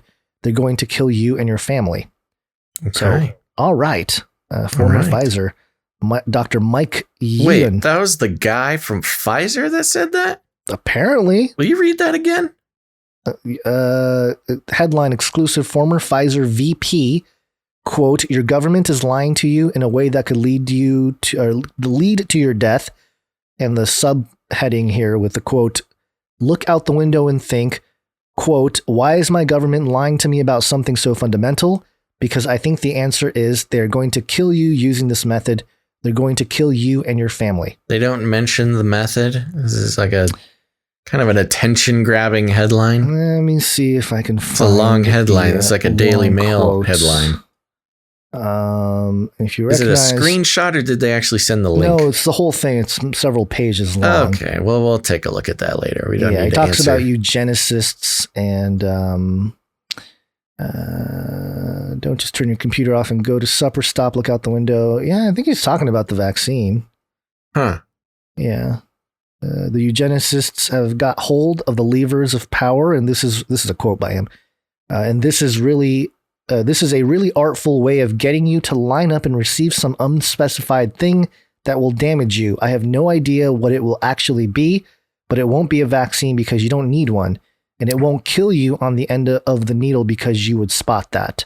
What's the date on this? April 7th, I think, of 2021. Yesterday. Life Site. Oh. Okay. Life Site. Yeah, we'll have to look at this some other time. Life Site is kind of on the level of natural news in my book.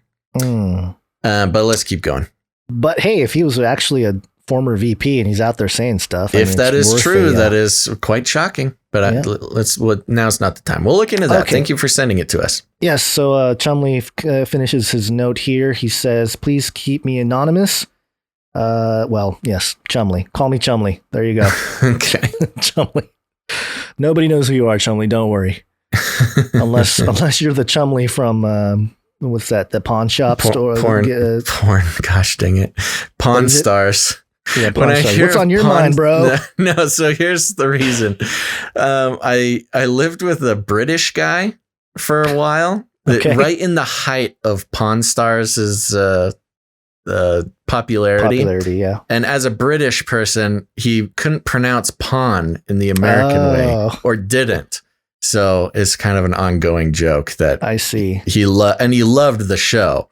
So he would always ask us if we had seen porn stars lately.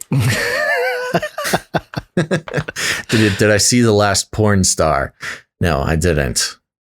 All right, let's move on. Okay. All right. Lastly, producer Danielle L. And this is a piece of mail that came in through the snail mail. It had the googly eyes on the envelope. So there's for those of you watching, I'm holding up the envelope here with the googly eyes. Oh, let me look at it. There we go. Yep, you'll see it. My stream is behind. Oh no. Yeah, that's normal. I'll figure it out. The piece of art that Danielle sent is up on the screen here, but in a moment we will describe it. Let me read the note here. Gons and Basil, thought I'd send you guys a drawing in the mail. I'm a millennial Luddite, I guess you could say. LOL. Cool. I'm stubborn about it, like listening to CDs, writing notes, sending physical mail, and talking on the phone, etc. I think technology is stealing a lot of the joy of being human and putting in time and effort to produce something meaningful. This drawing may be kind of silly, but hopefully it makes you both feel special that I took the time to make it. Yeah, it does. And send it to you. Thanks for all you do, Danielle. So thank you, Danielle. And, thank you very much. I have the physical copy here. Cool. Yeah, right here. I'm showing. Got to get a frame for that. Watching. I know, it's very fragile. Do you want to describe what's going on here in the? Yeah. So, what is the medium that is this? Like markers, or is this paint? What is this? It's marker. Yeah, I think it's like highlighter and marker and stuff. It's very it looks well like done. quality art markers. But it says, so we've got, well, at the top it says Major Biden returns to White House after biting an unfamiliar person's arms. And we've got, let me go to my bigger version here. Oh, I lost control of my hand. No. Wait, I got it. Oh, geez. Okay, there we go. And so we've got, you can't give me the jab if I don't have any arms. Give mine to Flippy. This is a man, kind of reminiscent of Biden, but I think it's an unfamiliar person. Right. And he's got no arms. And in front of his body, he's got corn pops. Come on, man. No artificial numbers, it says. Life matters. 420 grams, numbers inflated to dang it. It's so to cause panic. Thank you. Okay. To cause panic, serial killer. And 666 calories, 2% of sugar, 33 milligrams of spice, and a lot of sass. This is very funny. Thank you very much, producer Danielle. Yeah, very well done. Very well done. Thank you, producer Danielle. And that will do it for the artists. And let me just mention real briefly, producer Ciara is heading up the meetups. This one's coming up, Northern California, Oregon, Washington, Canary Cry meetup. Come join fellow Canarians for fun, fellowship, and adventure. Children always welcome, as long as they're not being trafficked, or Alex Jones will stop you in your tracks. Mm-hmm. Watch April out. 24th, Luffenholtz Beach, Trinidad, California, 2 p.m. Contact ciaralauren93 at gmail.com for more information. That's right. Do it. That's CIARA Lauren, LAUREN 93 at gmail.com. Do it. You must meet up with other Canarians. It's a great time. We saw the pictures from the last meetup in Dallas at the Grassy Knoll. It's very important, especially now that you're kind of able to go out and not get... no excuses. Yeah, no excuses. Go meet other Canarians just like you. It's very healthy. It's very healthy for you. Yes, and we will be expecting a report from this meetup. Mm-hmm. Okay, and are we ready to kind of start waking up? I got one. Yeah, you want to do mention Canary Cry community real quick, Yep. and then we'll get back into it. Make sure to head over to canarycry.community. That's right. It's our exclusive social media alternative. Get off of Facebook, get off of Twitter, get off of whatever you're doing, or stay there. I don't care. Do what you want. But also head over to canarycry.community. It's our Canarians only social media experience. It's not, don't worry, there's no algorithms, no big data, no nothing. Just a bunch of people just like you, not going to be triggered or report you to anybody. A great group of people and even better moderators. So thank you to producer Smiley for running that for us over there and his team of quality moderators. All right. That's canarycry.community. I know, sounds crazy. It's a real URL. Go check it out. Yes, it's wake up time. Hey, yo, wake up. Wakching time. Right. Wakching time. Wakching.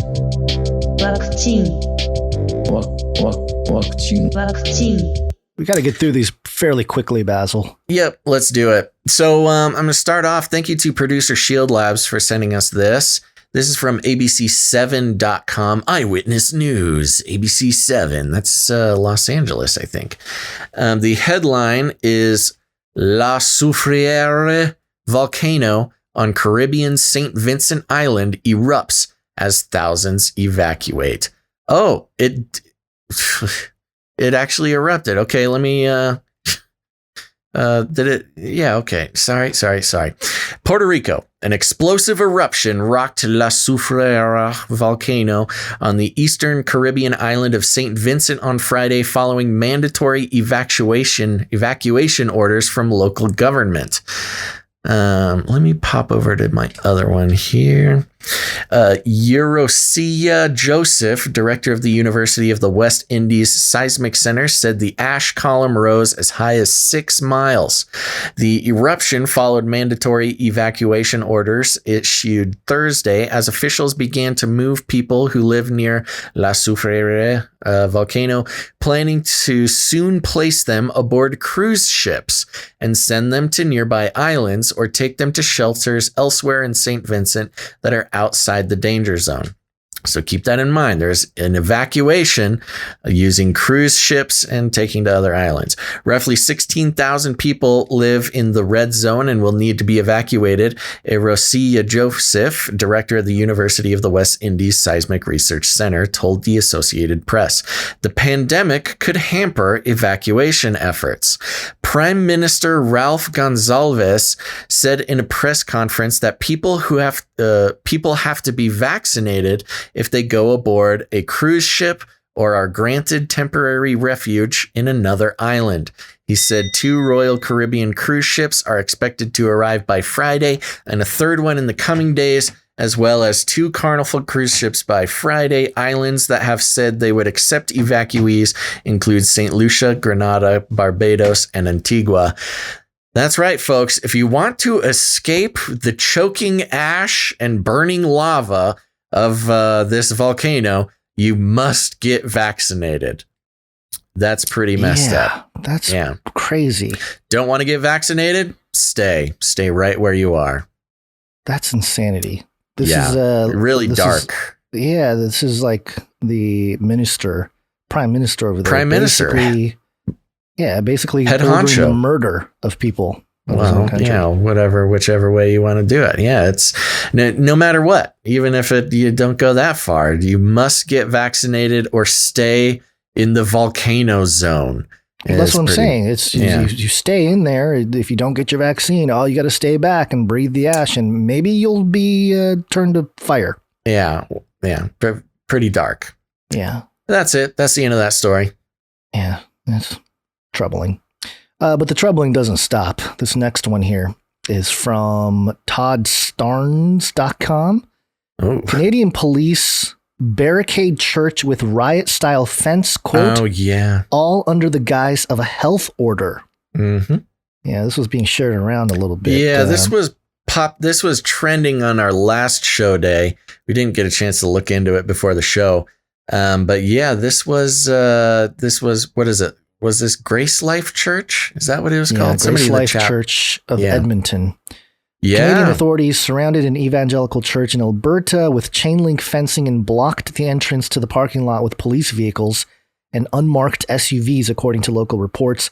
Grace Life Church of Edmonton has been physically closed by Alberta Health Services for violating coronavirus public health orders. The pastor, James Coates, was jailed for 35 days and fined $1,500 in February and charged with violating health orders, CBC reported. And there's pictures of it that were being shared. And it looks like a prison, like the way they barricaded all the way around. Yeah, serious. They put up a fence around the whole church building. And it's a big church building. I mean, this is a sizable church, and the government shows up and puts a fence around it for public health. Yeah. It's pretty messed up. Yeah, this kind of thing, it's interesting because as the whole pandemic, quote unquote, lifts, I think a lot of the politicians, local authorities that experienced a level of authority that maybe they hadn't before, they're going to have a hard time letting go of it. I think this is an example of that. We had something similar to that down here in Southern California. One of the restaurants that remained open while, all the shutdowns were happening. Basically, it's like a family-owned restaurant, and recently the son got arrested for nothing, but for doing nothing but because he defied orders of shutting down restaurants. And this is I don't know, a week or two ago. People are opening back up. Yeah. But they're they went against the order, so we must arrest him. Yeah. And it's out of control. You got the Nazi psychopaths, ISO? Oh, yes, I do. Do not come back, you Nazi psychopaths.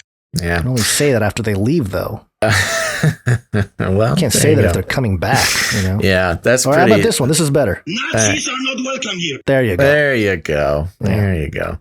All right. I got another story here from CBS News. Oh, yeah. Headline: 2 vaccine sites close after adverse reactions to Johnson & Johnson shot. The race to vaccinate hit more roadblocks on Thursday as several patients at mass vaccination site in North Carolina suffered immediate reactions to the Johnson & Johnson shot. A day earlier, 11 people had adverse reactions in Denver, ranging from dizziness to nausea.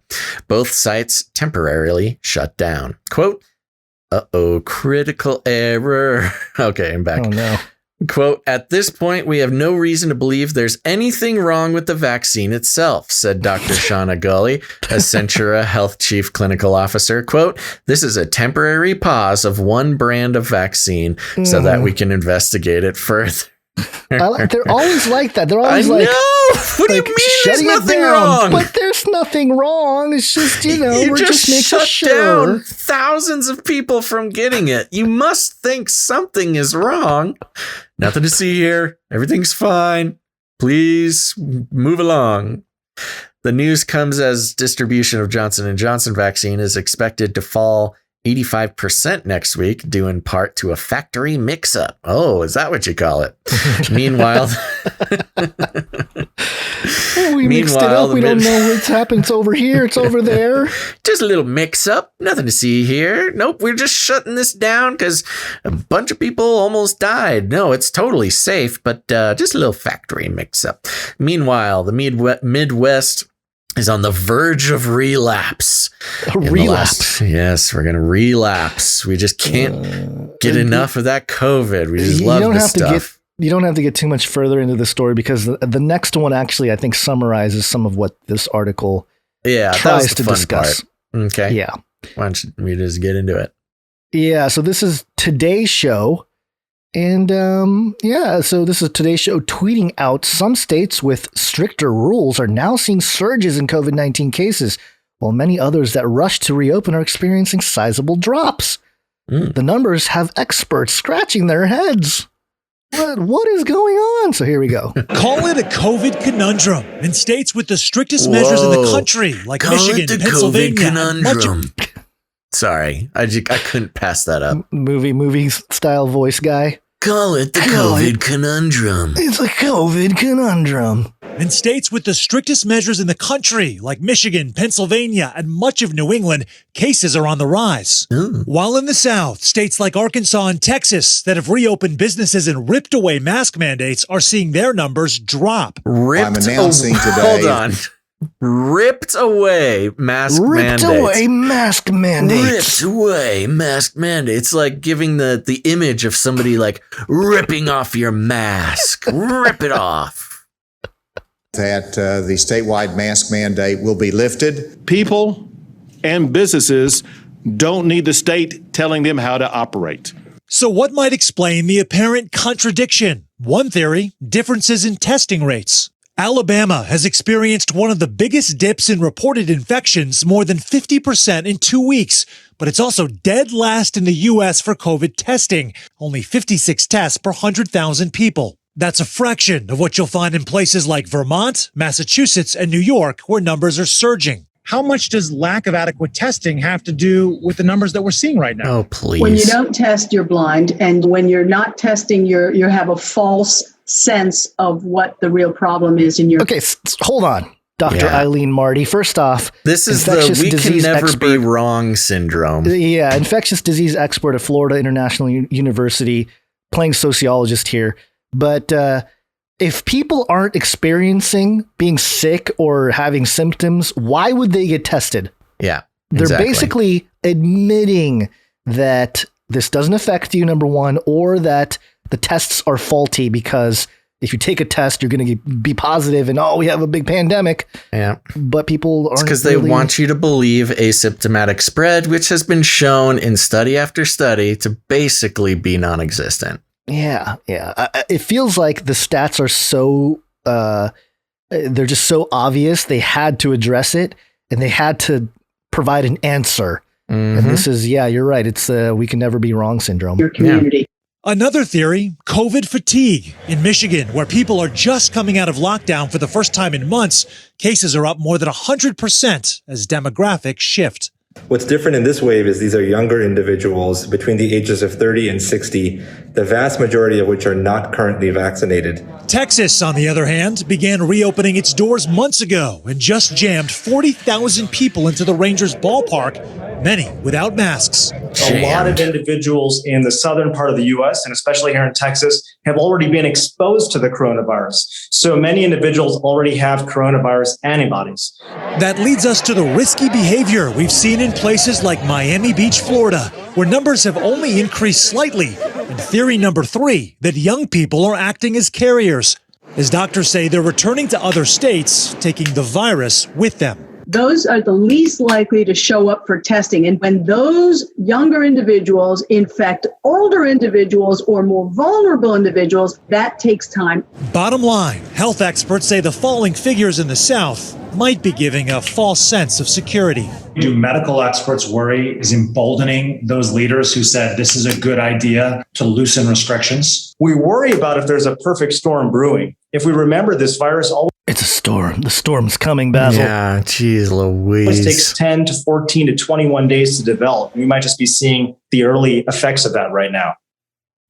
Yeah, we're not going to finish up with the rest of it because the guy. It's the regular stuff. We can never be wrong. If things look good, that means they're actually super bad. It was just unbelievable to me where they have to bring in these experts to try to explain something that they just so desperately want it to continue. Yeah, that's the weird part about it. And that's the thing. They want it to continue. Yeah, it's really a bad weird. thing if it's not continuing. I mean, they basically just say it straight out. I know. And I think it goes back to these people experienced a level of attention and authority that they've never had before, and they don't want to give that up. Everybody's staying home, watching the news, getting those advertising dollars. Yeah, and also these doctors receiving, like the being put on a pedestal. People probably, family, friends, all reaching out to him. Oh, what should we do? Oh, blah, blah, blah. Being not what's the word I'm looking for? Almost worshipped. I mean, that's not the word I was looking for, but I mean, pretty close. They're the priest class of the medical technocracy. That's right. Yeah. So there you go. That's the that's the USA Today report there, or not USA Today, Today Show report. Well, I got that doesn't Today Show, perfect. Okay. Well, I got an article here from Reuters.com. Quote, headline: a third of COVID survivors suffer neurological or mental disorders, says a study. A third? A third, 1/3 of COVID survivors suffer neurological or mental disorders. Interesting categorization there. 1 in 3 COVID-19 survivors in a study of more than 230,000, mostly American participants, were diagnosed with a brain. What? Patients. You said participants. No biggie. With a brain. Okay, hold on. Oh gosh. My thing is running out of batteries. I got to switch over to a mouse, which is going to be a little traumatic for me, but that's okay. Traumatic. Physical mouse. I know. So old school. What am I? An old man? 1 in 3 COVID-19 survivors in a study of more than 230,000, mostly American patients, were diagnosed with a brain or psychiatric disorder within 6 months, suggesting the pandemic could lead to a wave of mental or neurological problems, scientists said on Tuesday. Researchers who conducted the analysis said it was not clear how the virus was linked to psychiatric conditions such as anxiety and depression, but that these were the most common diagnoses among the 14 disorders they looked at. I know why. I know. Okay. Yeah. I know. Tell us, doctor. This is a mass psychological operation, and the people that got it have higher levels of anxiety and depression because of the fact that, hey, they could have died. They could have died. Yes, they were told they were going to die. They were told they were dying. And then once they had it, they had the social stigma of having had it, which means you're a bad person because you didn't wear your mask. And you can kill your family and friends. And you probably did kill somebody else's grandma. There you go. Yeah. So this is one big... a symptom of the mass mind control. Yeah, no kidding. When you set somebody up for trauma, then put them through the trauma, and then stigmatize them for having been traumatized. Yep. Post-COVID cases of stroke, dementia, and other neurological disorders were rarer, neurological ones, the ones that have actual physical representations. I was going to say, if it's all psychological, then by definition, you can call it a psychological operation, but go on. Sorry. Exactly. Although the individual risks for most disorders are small, the effect across the whole population may be substantial, said Paul Harrison, a professor of psychiatry at Oxford University, who co-led the work.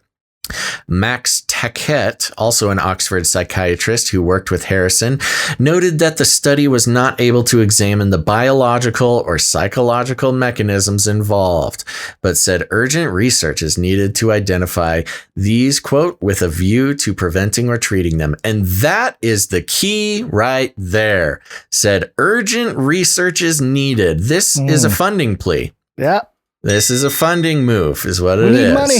Yes. How could we continue to receive funding from the pandemic? Exactly. You've got two psychiatrists from Oxford saying, oh, everybody's so depressed and has mental disorders now because of all this trauma. But we don't know exactly how COVID is linked, but urgent research is needed. So fund the psychiatry department at Oxford and we shall tell you. Yep.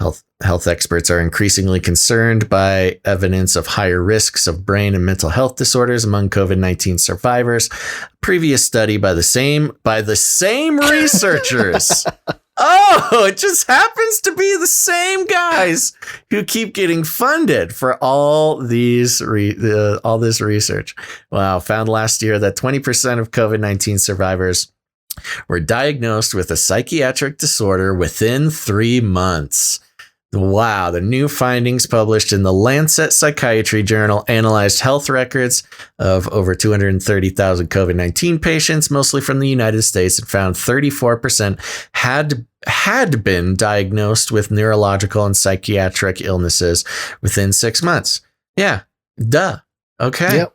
Awesome. Right in the very middle of the trauma-based mind control going on, where they get the disease, stigmatized, told they're bad people for not wearing their masks and killing people's grandmas. They kick the COVID, and then suddenly, don't have any opportunities for socialization. Everybody thinks they're bad people. Of course, they're going to have some sort of psychiatric illness. I don't know about the neurological part. Who knows? Luckily, I'm sure that this psychiatry program will get funded out the wazoo to tell us exactly what happened. You know what this is? What? It's a pandemic special. That's exactly right. For the researchers there. Yeah. And just in case you were wondering, like, they do keep saying neurological, like maybe it's a brain destruction thing. Well, it says here, anxiety was at 17%. So there you go. They're diagnosed with anxiety during a quote unquote global pandemic after having caught the disease that was supposed to kill them. Almost 1 in 5. Weird. They have some anxiety about that. And mood disorders, just so eloquently vague at 14%. Yeah. Mood disorders. Oh, you're not in a good mood after you get the thing that killed you and everybody with. I can just picture the researchers, that shows how cold their hearts must be, Yeah. Are you in a bad mood or a good mood? Oh, I'm in a real bad mood. I'm sure there's some clinical way that they come to, of course, to call it a mood disorder, but it's a mood disorder. Come on. They got some microchips in the brain pumping banana juice or banana smoothie into their mouth while they tell them how their mood is. Well, so here's this. Anxiety at 17%, mood disorders at 14% were the most common and did not appear to be related to how mild or severe the patient's COVID-19 infection had been. Yeah, because it's not about the COVID-19 infection. All right. Then it goes into, now it does go into some strokes. 7% had strokes within 6 months. Okay. That's 2% diagnosed with dementia. No, yeah, 2% had dementia. Well, most people getting COVID were old people. Yeah. What percentage of those people would have been diagnosed with dementia? 2% seems a believably small number. Yeah. 7% with a stroke. I mean, I don't know the numbers on these things, but it doesn't seem outrageous. It's so vague and nebulous with just percentages. Yeah. You always got to watch out with the percentages. Yeah. Well, they did give us the base number, 230,000. Sure. But we could do the math if we wanted. But anyways, this is a very important paper. Oh, this is great. This is a very important paper. It confirms beyond any reasonable doubt that COVID-19 affects both brain and mind in equal measure, said Simon Wesley, chair of psychiatry at King's College in London. Wait a minute. Can't you replace COVID-19 with nearly anything? If it confirms without any... Look, they don't even try to address. It's so obvious, for us to say like, yeah, within all this social pressure and stigma around catching COVID-19, of course you would have depression. I mean, or anxiety. Think of all the people who never got COVID-19, who got anxiety and depression. That's what they're not talking about here. I mean, the whole world, every single person in Gen Z and millennial generation, except for those who listen to this show, had severe anxiety and depression in response to the messaging and the brainwashing of the story being told about COVID-19, not being able to go to school, not being able to see people, not being able to exercise, not being able to get sun, not being able to do all these things that, help stave away anxiety and mood disorders. Anyways, they don't even mention that in the article. And there you go. It's pretty obvious what's going on here. But good news for them. Lots of money will go into funding their research, I'm sure. Yeah. All right. I can't handle any more of that. So let's keep going. A couple more stories here to top off the story. Yeah. Top off the episode. What am I saying? I'm starting to lose my brain. I know we can't stop doing long shows, man. This is just who we are. So hard. Today was especially hard because there's so many stories, and we skipped a story. We skipped a big one. Yeah, we did skip a big one. All right, a couple things here. It's got to be biblical. This is from CoalLive.com. Mordecai Shapiro and Ben Shapiro at Mashiach Swede. Everybody loves waffles. And, I don't even want to read the whole thing here. I'm just going to get to the good part. Okay. The highlight came in the form of a fulfillment. So let's give us some background. What's going on? After an over-the-top Yom Tov in an upscale Trump National Doral in Miami, Florida, the luxury Pesach program ended on a high note with an inspiring Mashiach Suda led by Rabbi Avraham Breshevitsky and joined by two famous guests. And I'm going to get to the part where Ben Shapiro did stuff. Okay. The highlight came in the form of a fulfillment of the Rebbe's prophecy that Mashiach will be announced by all the major media. Rabbi Breshevsky emphasized this point in his introduction of perhaps one of the greatest media personalities of our times, as he is in the midst of building a tremendous media empire. He is still a frum yid and a true family man. Wow. He spent the entire Pesach in the Trump Doral delivering several powerful, well-attended talks. Ben Shapiro graciously accepted the task of delivering the message of Mashiach's arrival. Whoa. Yeah. He did, however, quip jokingly about his uncertainty of CNN willingly announcing that fantastic news. Now, Basil, you know that much to some people who follow the channel and stuff, to their, I guess, chagrin, they didn't like the fact that I tend to latch to the thesis that the Bible explains the man of sin, the Antichrist figure, the yet future man, will present himself as the Jewish Messiah, and be revealed to the world as the Jewish Messiah. Now, of course, the modern form of Judaism, they've been talking about the Mashiach for a long time, the arrival of the Mashiach. But there's something interesting about how this guy's prophecy about all major media announcing it, and then pinpointing Ben Shapiro specifically as a key player in this. I don't know. There's something unsettling about it, not just because of the waffle stuff. Everybody loves waffles, but I don't know. What are they preparing? Let me real quick. Let me just break this down. So he was at some big event and was being honored by the guy, whoever was in charge of the thing. And asked Ben Shapiro if he would take on the mission of delivering the news that the Messiah was here. Yes. And Ben Shapiro said, yes, but I doubt CNN will. Right. Very funny, Ben. Okay, so the story is Ben Shapiro has agreed to pass on the news that the Messiah is here. Yes. Well, okay. Who is it, Ben? That's he being a media figure that's building his own media empire. I think this is more of a pretty good PR. Yeah, the guy who's building the new media empire because fake news can't continue on. Right. And I do think we're shifting away from the CNNs and the MSNBCs. Like there are more people watching people like Ben Shapiro and others debunking and like deconstructing all that nonsense than there are people who are really ardent followers of CNN and stuff. At least in this country, I think the shift has already happened. Yeah, I think so too. So I mean, it's Ben obvious Shapiro, the ratings show it.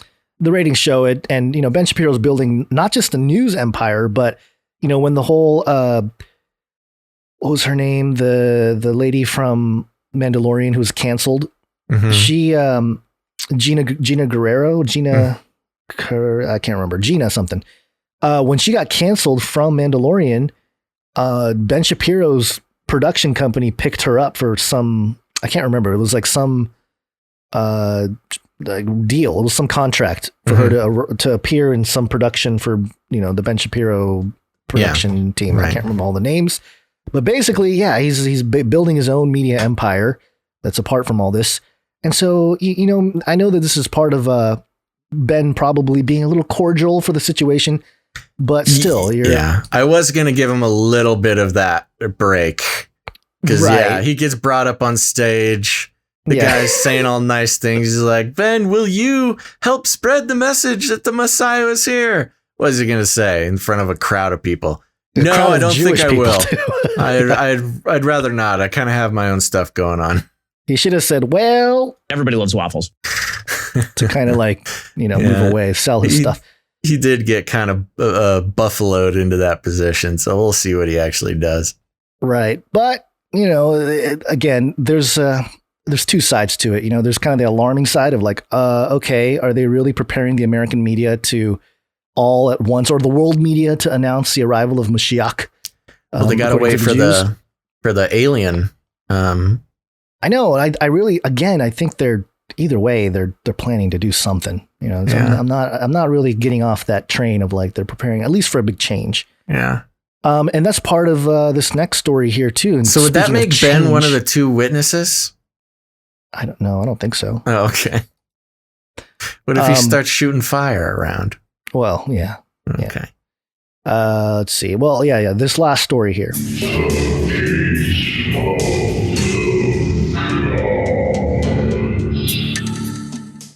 From New York Times.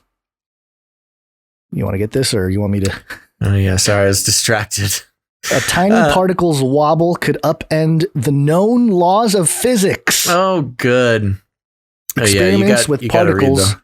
Experiments with particles known as muons suggest that there are forms of matter and energy vital to the nature and evolution of the cosmos that are not yet known to science. Woo! Did we talk about the muons recently? A little bit. But yeah, this is another story. This one's New York Times too, so they're really getting it out there. And we don't have to dig into the story really because it is similar to the story we had a couple days ago. But it speaks to this idea that I really think they're going to start releasing, just this notion of like, hey, the standard model of physics needs a revival or revisement or whatever. And we need to include the physics that explains, or partially at least explains all the UFOs out there that the government is basically admitting to seeing all over the place. Maybe that's part of the disclosure. That's what I'm saying. I really think this is part of the disclosure. You have to shake up. It feels like you are where I was right before the 2012 Olympics. No, because you are you're on the edge, man. You're No, ready. I don't think you're I'm on the ready edge. for those aliens. You're pretty no, confident. No. I'm not saying aliens are going to appear. Your whole thing was like the aliens are going to come down during the opening ceremony. I thought for sure a UFO would land and like aliens would walk out during the Olympics and do their thing. like EDM just pumping through the stadium. Turns into a rave. Yeah, the whole rave. Aliens come out with glow sticks and everyone's cheers. They're like, we would like to compete in your human sports. Yeah, no, I don't necessarily think that's the case, but I do think that we're really seeing a lot of shakeup. That's all I'm saying. Like the COVID-19 thing started it all, and the changes and the shakeup and the restructuring of everything, not just economically, but now in the world of physics, that just happens to come right at a time when we're I mean, I guess they've always talked about the potentials of like breaking physics and, going beyond the understood notions of the universe and all that. But the breakthroughs are coming in the news headlines now. And that's why I think they're really starting to prepare the masses and prepare at least the establishment, the ivory towers of education and institution to accept this new paradigm. So I don't know. Maybe you're right. Maybe nothing changes, and we go back to I don't know. Go back to sleep, humans. Yeah, go back to sleep, and we well, peddle some other thing. Well, with the Messiah thing and the alien thing and the Muon thing, certainly things are lining up in a way that they have not since. I will say they're lining up in a way that they haven't since the 2012 Olympics. No. I was going to say that with the 2012 Olympic thing, all you had was like Illuminati cards. Well, there's the Mayan calendar. Calendar, and there's a number of things. But yes, I mean, I can't remember. I'd have to go listen to episodes of the show back then. Liar! Yeah, but if you want to listen to Basil as he's in the thick of believing that certainly aliens are landing any day, go listen to Canary Cry Radio episodes from 2012, late 2012. Okay, you good? Well, yeah. There was one more. There was. Are you? Where did my ISO go? I had an ISO earlier from Alex Jones about the aliens. That here we go. We were made by the aliens. Yeah, see, it's all lining up. I'm telling you. Oh, guns. Okay, I think that's it. You good? Yeah, I'm good. I gotta get out of here. We're very late. And I'm having to use a computer mouse now. All right, gosh. folks, that is the end of the show. You're welcome. Make sure to tune back in on Monday, April 12th. That's right, Monday, April 12th. And if you haven't done it yet, please like the video, subscribe, turn on notifications, all that fun stuff. Oh, yes. Oh, he's losing it, folks. Sorry. Like, subscribe, bell button, all.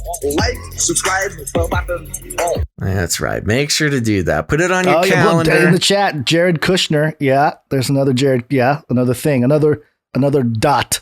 Another oh my gosh. tack to add to the wall. Oh my gosh, it's all coming together. To the corkscrew. It's all coming together. Okay. Sorry. Hey Siri. Okay, Google. Put it on my calendar. April 12th, Monday. Canary Cry News Talk going live. There, I just activated everybody's robot butlers to put it on their calendar. Nobody that listens to the show has a robot butler or a... You would be surprised. Okay. Yes. So we'll see you back here on Monday, folks. If you haven't done it yet, make sure to subscribe to the RSS feed. That's fancy talk for subscribing to the podcast. Use whatever podcast player you want. I guarantee you there will come a day where you will be so sad that you did not subscribe to the podcast feed. We post the podcast version after every episode. The audio quality is much higher. And if, our live streaming capabilities go down, we will still have the podcast go up. And so you want to be able to receive that. Thank you to all of our producers. My goodness, so much for supporting this episode of Canary Cry News Talk, episode 322. Thank you to producers James, Frankie, Jacob, Classy, Sarah, Kara, The Bush, The Protector, Arnold, Vladimir, Shield Labs, Malik, and Ted. And a big ol' thank you to our co-executive producers for today's show, producer Joshua and producer Steven or Stefan. And thank you to all of our artists and musicians. We didn't have any musicians this time, but thank you to all of our artists and producers of all kinds, especially Jade Bouncerson and team for the timestamps. And remember, folks, if you're out there, maybe you haven't found a way to become part of the show yet, email jadebouncerson@gmail.com and get involved with the timestamps, okay? It's time to give back, folks. It's the only way this model works. And, but like I said, that's not the only way to support the show is financially.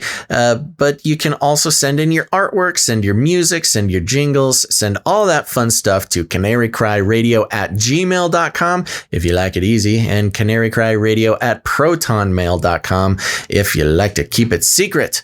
And also, if you haven't done it yet, oh my gosh, Gons, I didn't read reviews. Oh, no. Okay, we'll do that. I think we'll try to do it Monday. I can't believe it. We have to. I know.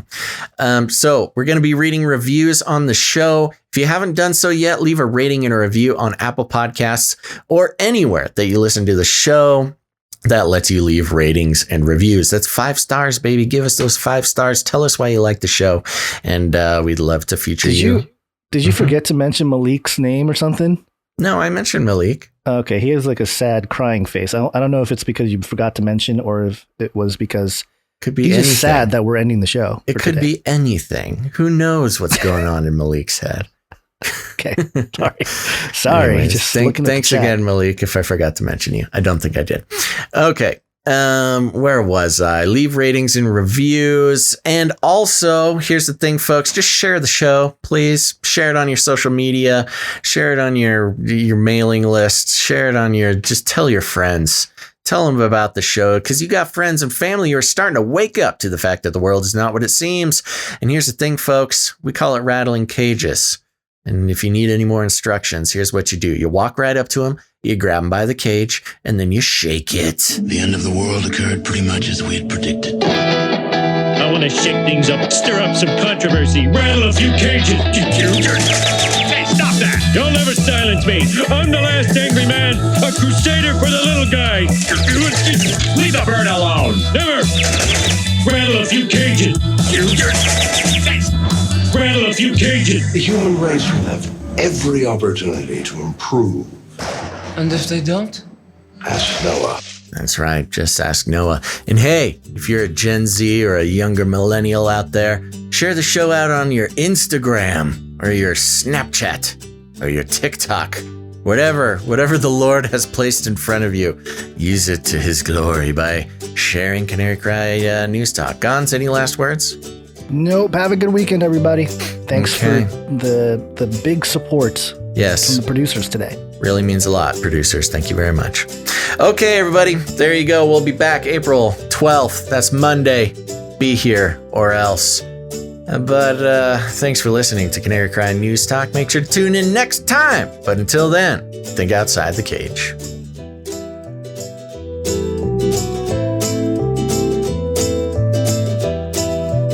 Are you even woke? He's a Satanist! Sinful generation! Stop this progress before it is too late! They are scum. Phew, hallelujah. We should invite fewer people to be born. Come on, man. Aborted feces. Boy, it's really a productive segment, Matt. Aborted feces. Keep yapping, Matt. Never do a Slim Jim. Aborted feces. Remember, reality is an illusion. The universe is a hologram. Bye, gold. Bye. I want to shake things up, shake things up. I wanna shake things up, shake things up. Leave the bird alone. I wanna stir up some controversy. I wanna rattle a few cages. I wanna rattle a few cages.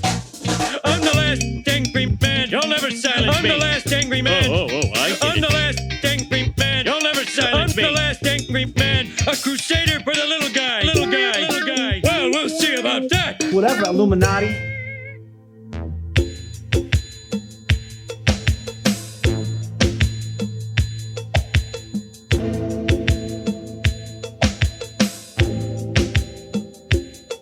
While the world is waiting for a savior, in the meantime, do me a favor. Don't be surprised the world you live in. Same old story, it always has been. Rich and powerful plot to control us. Proud and evil and soulless. Take your shots and mask your face. It don't help, do it anyway. So what if the death counts the same as last year? You test positive, now you're on a respirator. Biding our time, biding our tongues, losing our mind and killing our young. Biding our time, biding our tongues, losing our minds, killing our young.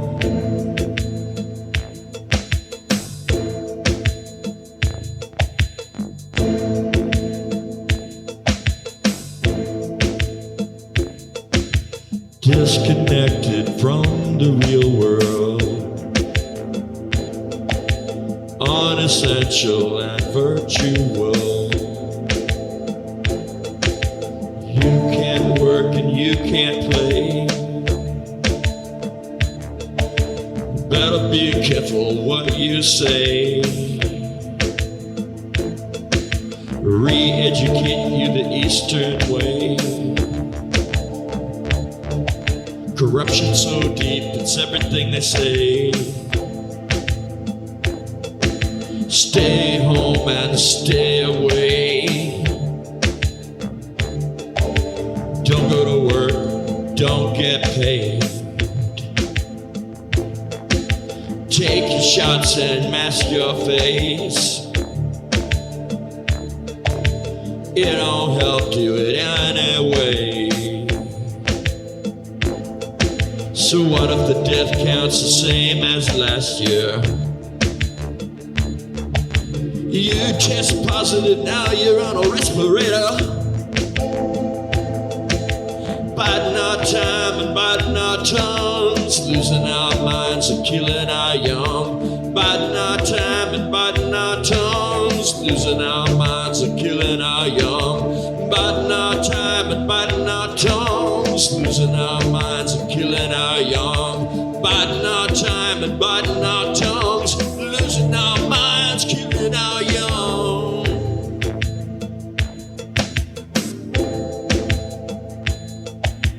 Biding our time, biding our time.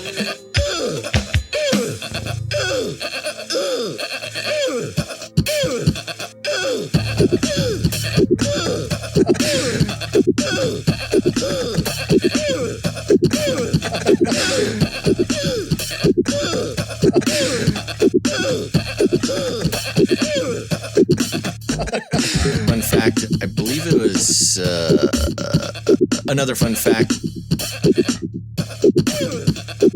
Fun fact. Another fun fact. Brings me back to my Screamo days.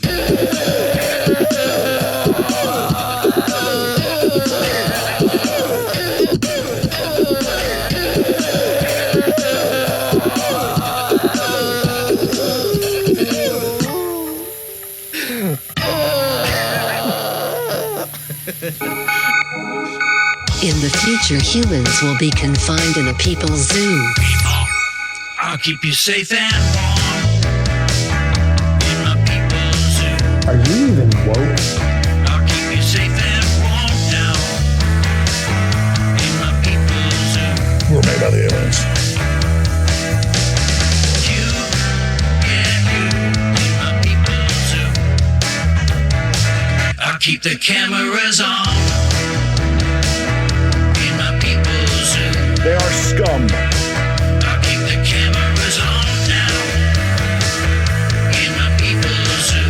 Everybody loves waffles. You, yeah, you in my people's zoo. Come on, man. And melt those babies into candles.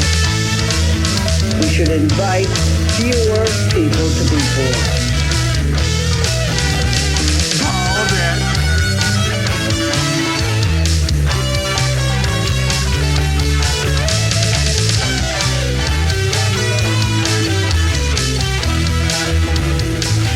Science is true. I'll make you fat and sassy in my people's zoo.